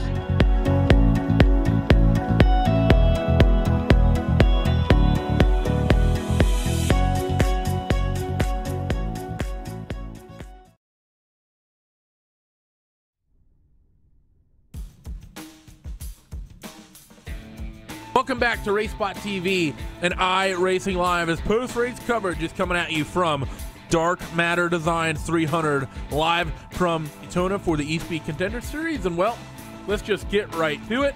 Let's get the sponsor of tonight, Mr. Brad Patterson.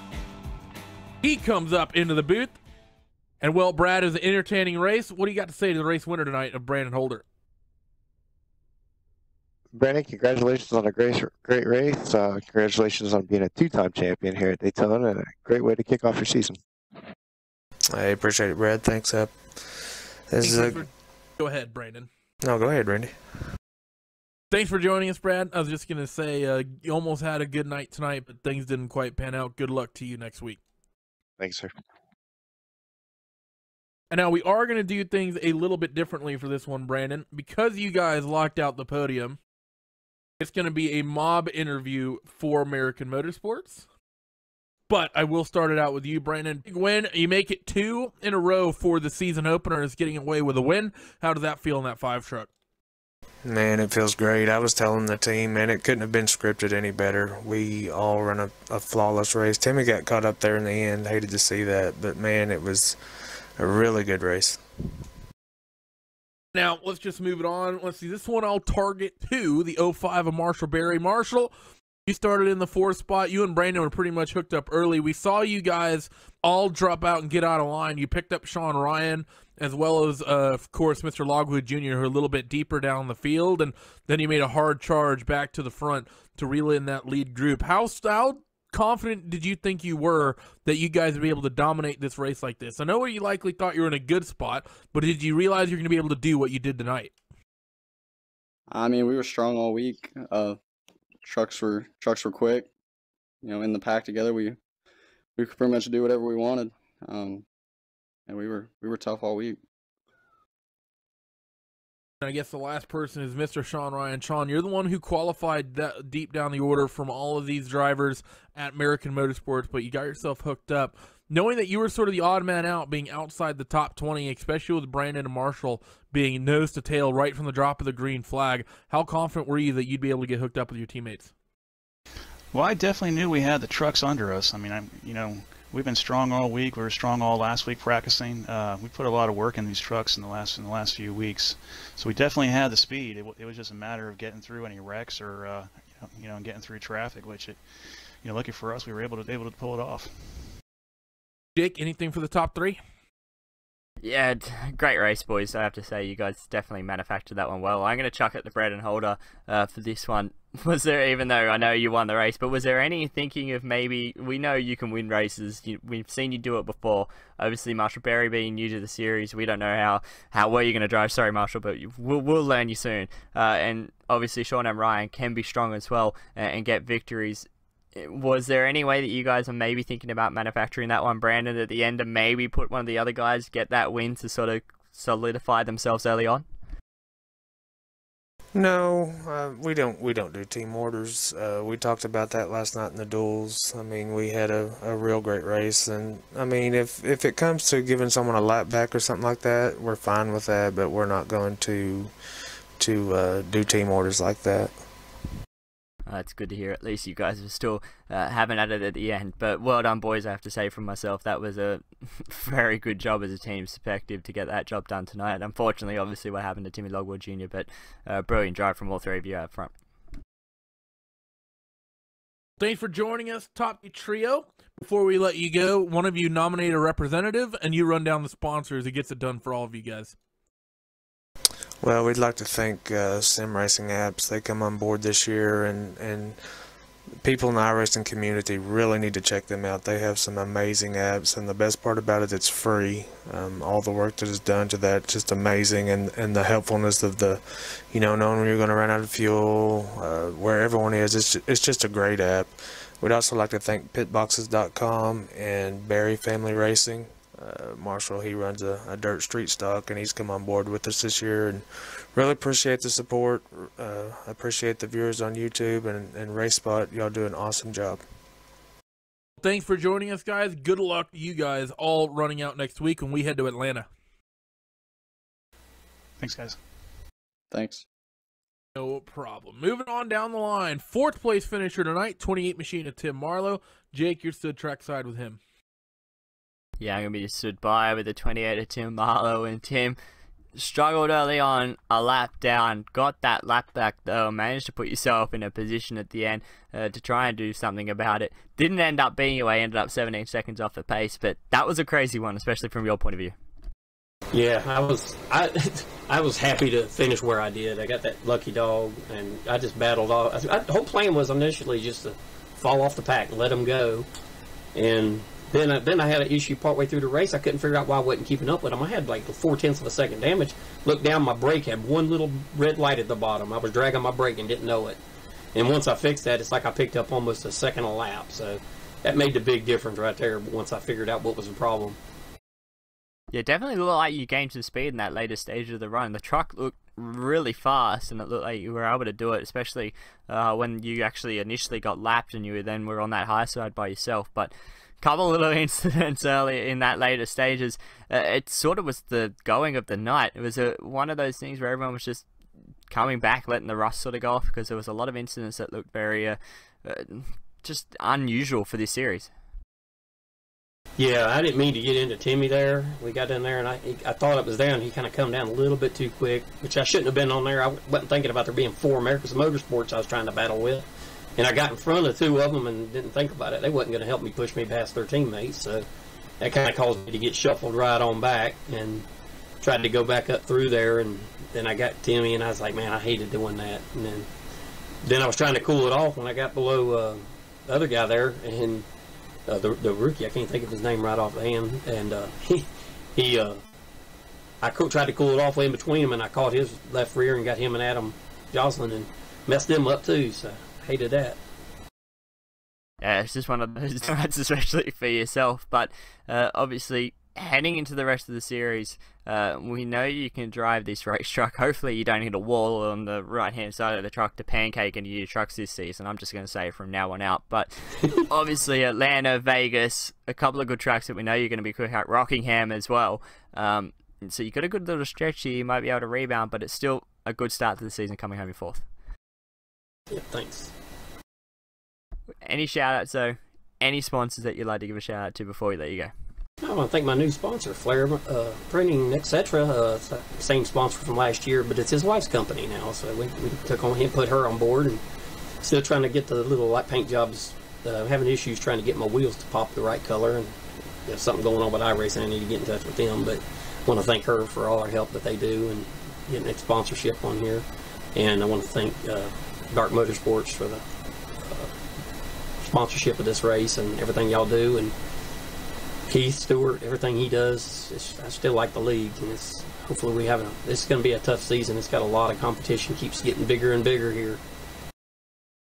It's going to be a long season. That's definitely going to be the aim of the game today for the rest of this season. But well done, Tim. Strong, solid result for the first round of the championship, the Espeed Contender Series, and hopefully you can have a good one next week at Atlanta.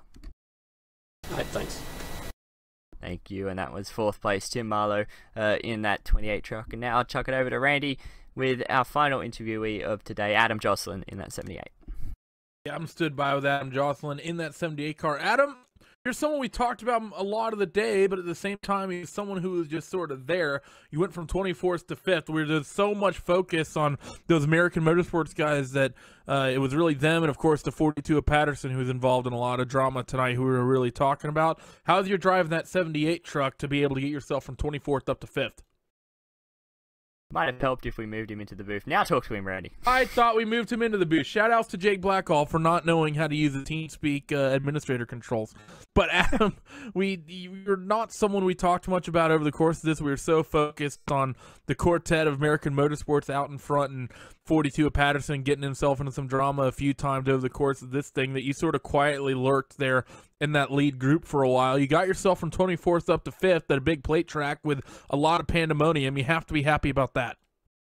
I'm ecstatic. I crashed in the class the other night. I crashed in the duel last night, and tonight I decided I'm just going to go to the back and let him wreck, and just kept dodging wreck after wreck after wreck, and finally got up here. We head to Atlanta next week. Of course, it's the plate track. You can't really take much away from that. A lot of new names in this championship and a lot of big names, even though they're labeled as quote-unquote rookies. Is there any of the new guys that you got your eye on for who might be strong this season?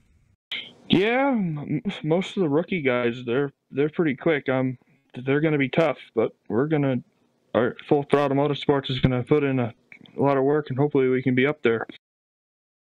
Good luck to you this season, Adam, and congratulations on starting this championship out strong. Before we let you go, who gets it done for you on the 78? Oh, I got to thank Full Throttle Motorsports. I just got with them last week. I'm pretty excited about this season. I see a lot of good things happening. Done a lot of testing, and I'm looking forward to it. I got to thank Austin Designs. He was going to partner. He partnered with me when I was going to go solo, and I came over here and I said, "Hey, why don't you come over, provide paint schemes?" So he check him out on Facebook. Austin Designs on JAB Productions. Full Throttle Motorsports. I got to thank Espeed for the series, and this is fun. Thanks again, of course, as always, Adam, and good congratulations once again. Good luck next week in Georgia. Thank you. Well, Jake, it was an interesting Dark Matter Designs 300 around this Daytona racetrack. It was drama up and down the field. I have to say, though, there's not really any way that anything you can really take away from this other than, oh, Lord, hopefully the next plate race doesn't go like this. Yeah, hopefully it doesn't go like this, and thankfully we have a couple of tracks in between that before we get to another one. But all we know is America Motorsports, they're still strong. It's sort of going to be one of those things to see how strong they can be now. Obviously, Brandon Holder, we know he's going to be fast everywhere. Don't know Marshall Berry, but Sean M. Ryan and Timmy Logwood Jr., they were up there. They started to get a little bit more speed towards the end of the season, whether they can bounce on that for this season now. Next week at Atlanta, that's going to be a crazy one. They actually sponsor the event as well, so America Motorsports truck in victory lane might be a little bit awkward having an interview himself, but it'll be interesting to see how they go at Atlanta. But Townsend's back. He may have been involved in an incident, but I wouldn't count him out next week either. Of the new guys, I'm going to put you on the spot, Jake. Of the new people, the class for Espeed 2018, who do you have your eye on? There's okay. a lot of new. You can take the easy answer of Malik Ray. Well, I actually wasn't, and no offense to Malik, I know he's super fast. Is it Malik? Malik. I'd say he will tell us and sort us out later on. But I'm gonna actually go with Berry, Marshall Berry. He's got a good team around him, and that's what can be make or break, especially in this series. I know a lot of the rookies went together in that Aero Refinement group that's got Malik Ray, Sean Powell, who had a really strong night tonight as well. So wouldn't surprise me if those guys sort of do well, but I just think Barry's got very experienced guys around him in this series that he might be able to shine a little bit if he can get his head around it. Well, a lot of new talent coming into this 2018 Espeed Contender Series that, as we've been saying, spans the entire year, as opposed to having a couple shorter championships over the course of this thing. But this is the first round, done and over with, done and dusted, and that is going to be it for us here on RaceSpot TV and iRacing Live. Join us in 7 days' time when this championship returns and we take these trucks to Atlanta, Georgia. If you want to see more stuff before then, tomorrow night, American Dirt Series returns with the super late models at Knoxville, and then Friday night is, of course, Friday Night Dirt Night, the penultimate season for the penultimate round for 2018 Season 1. You also have the SCO 10 Hours of Suzuka coming at you this weekend. A big handful of days here on RaceSpot TV and iRacing Live. So until then, we'll see you next time. Bye-bye.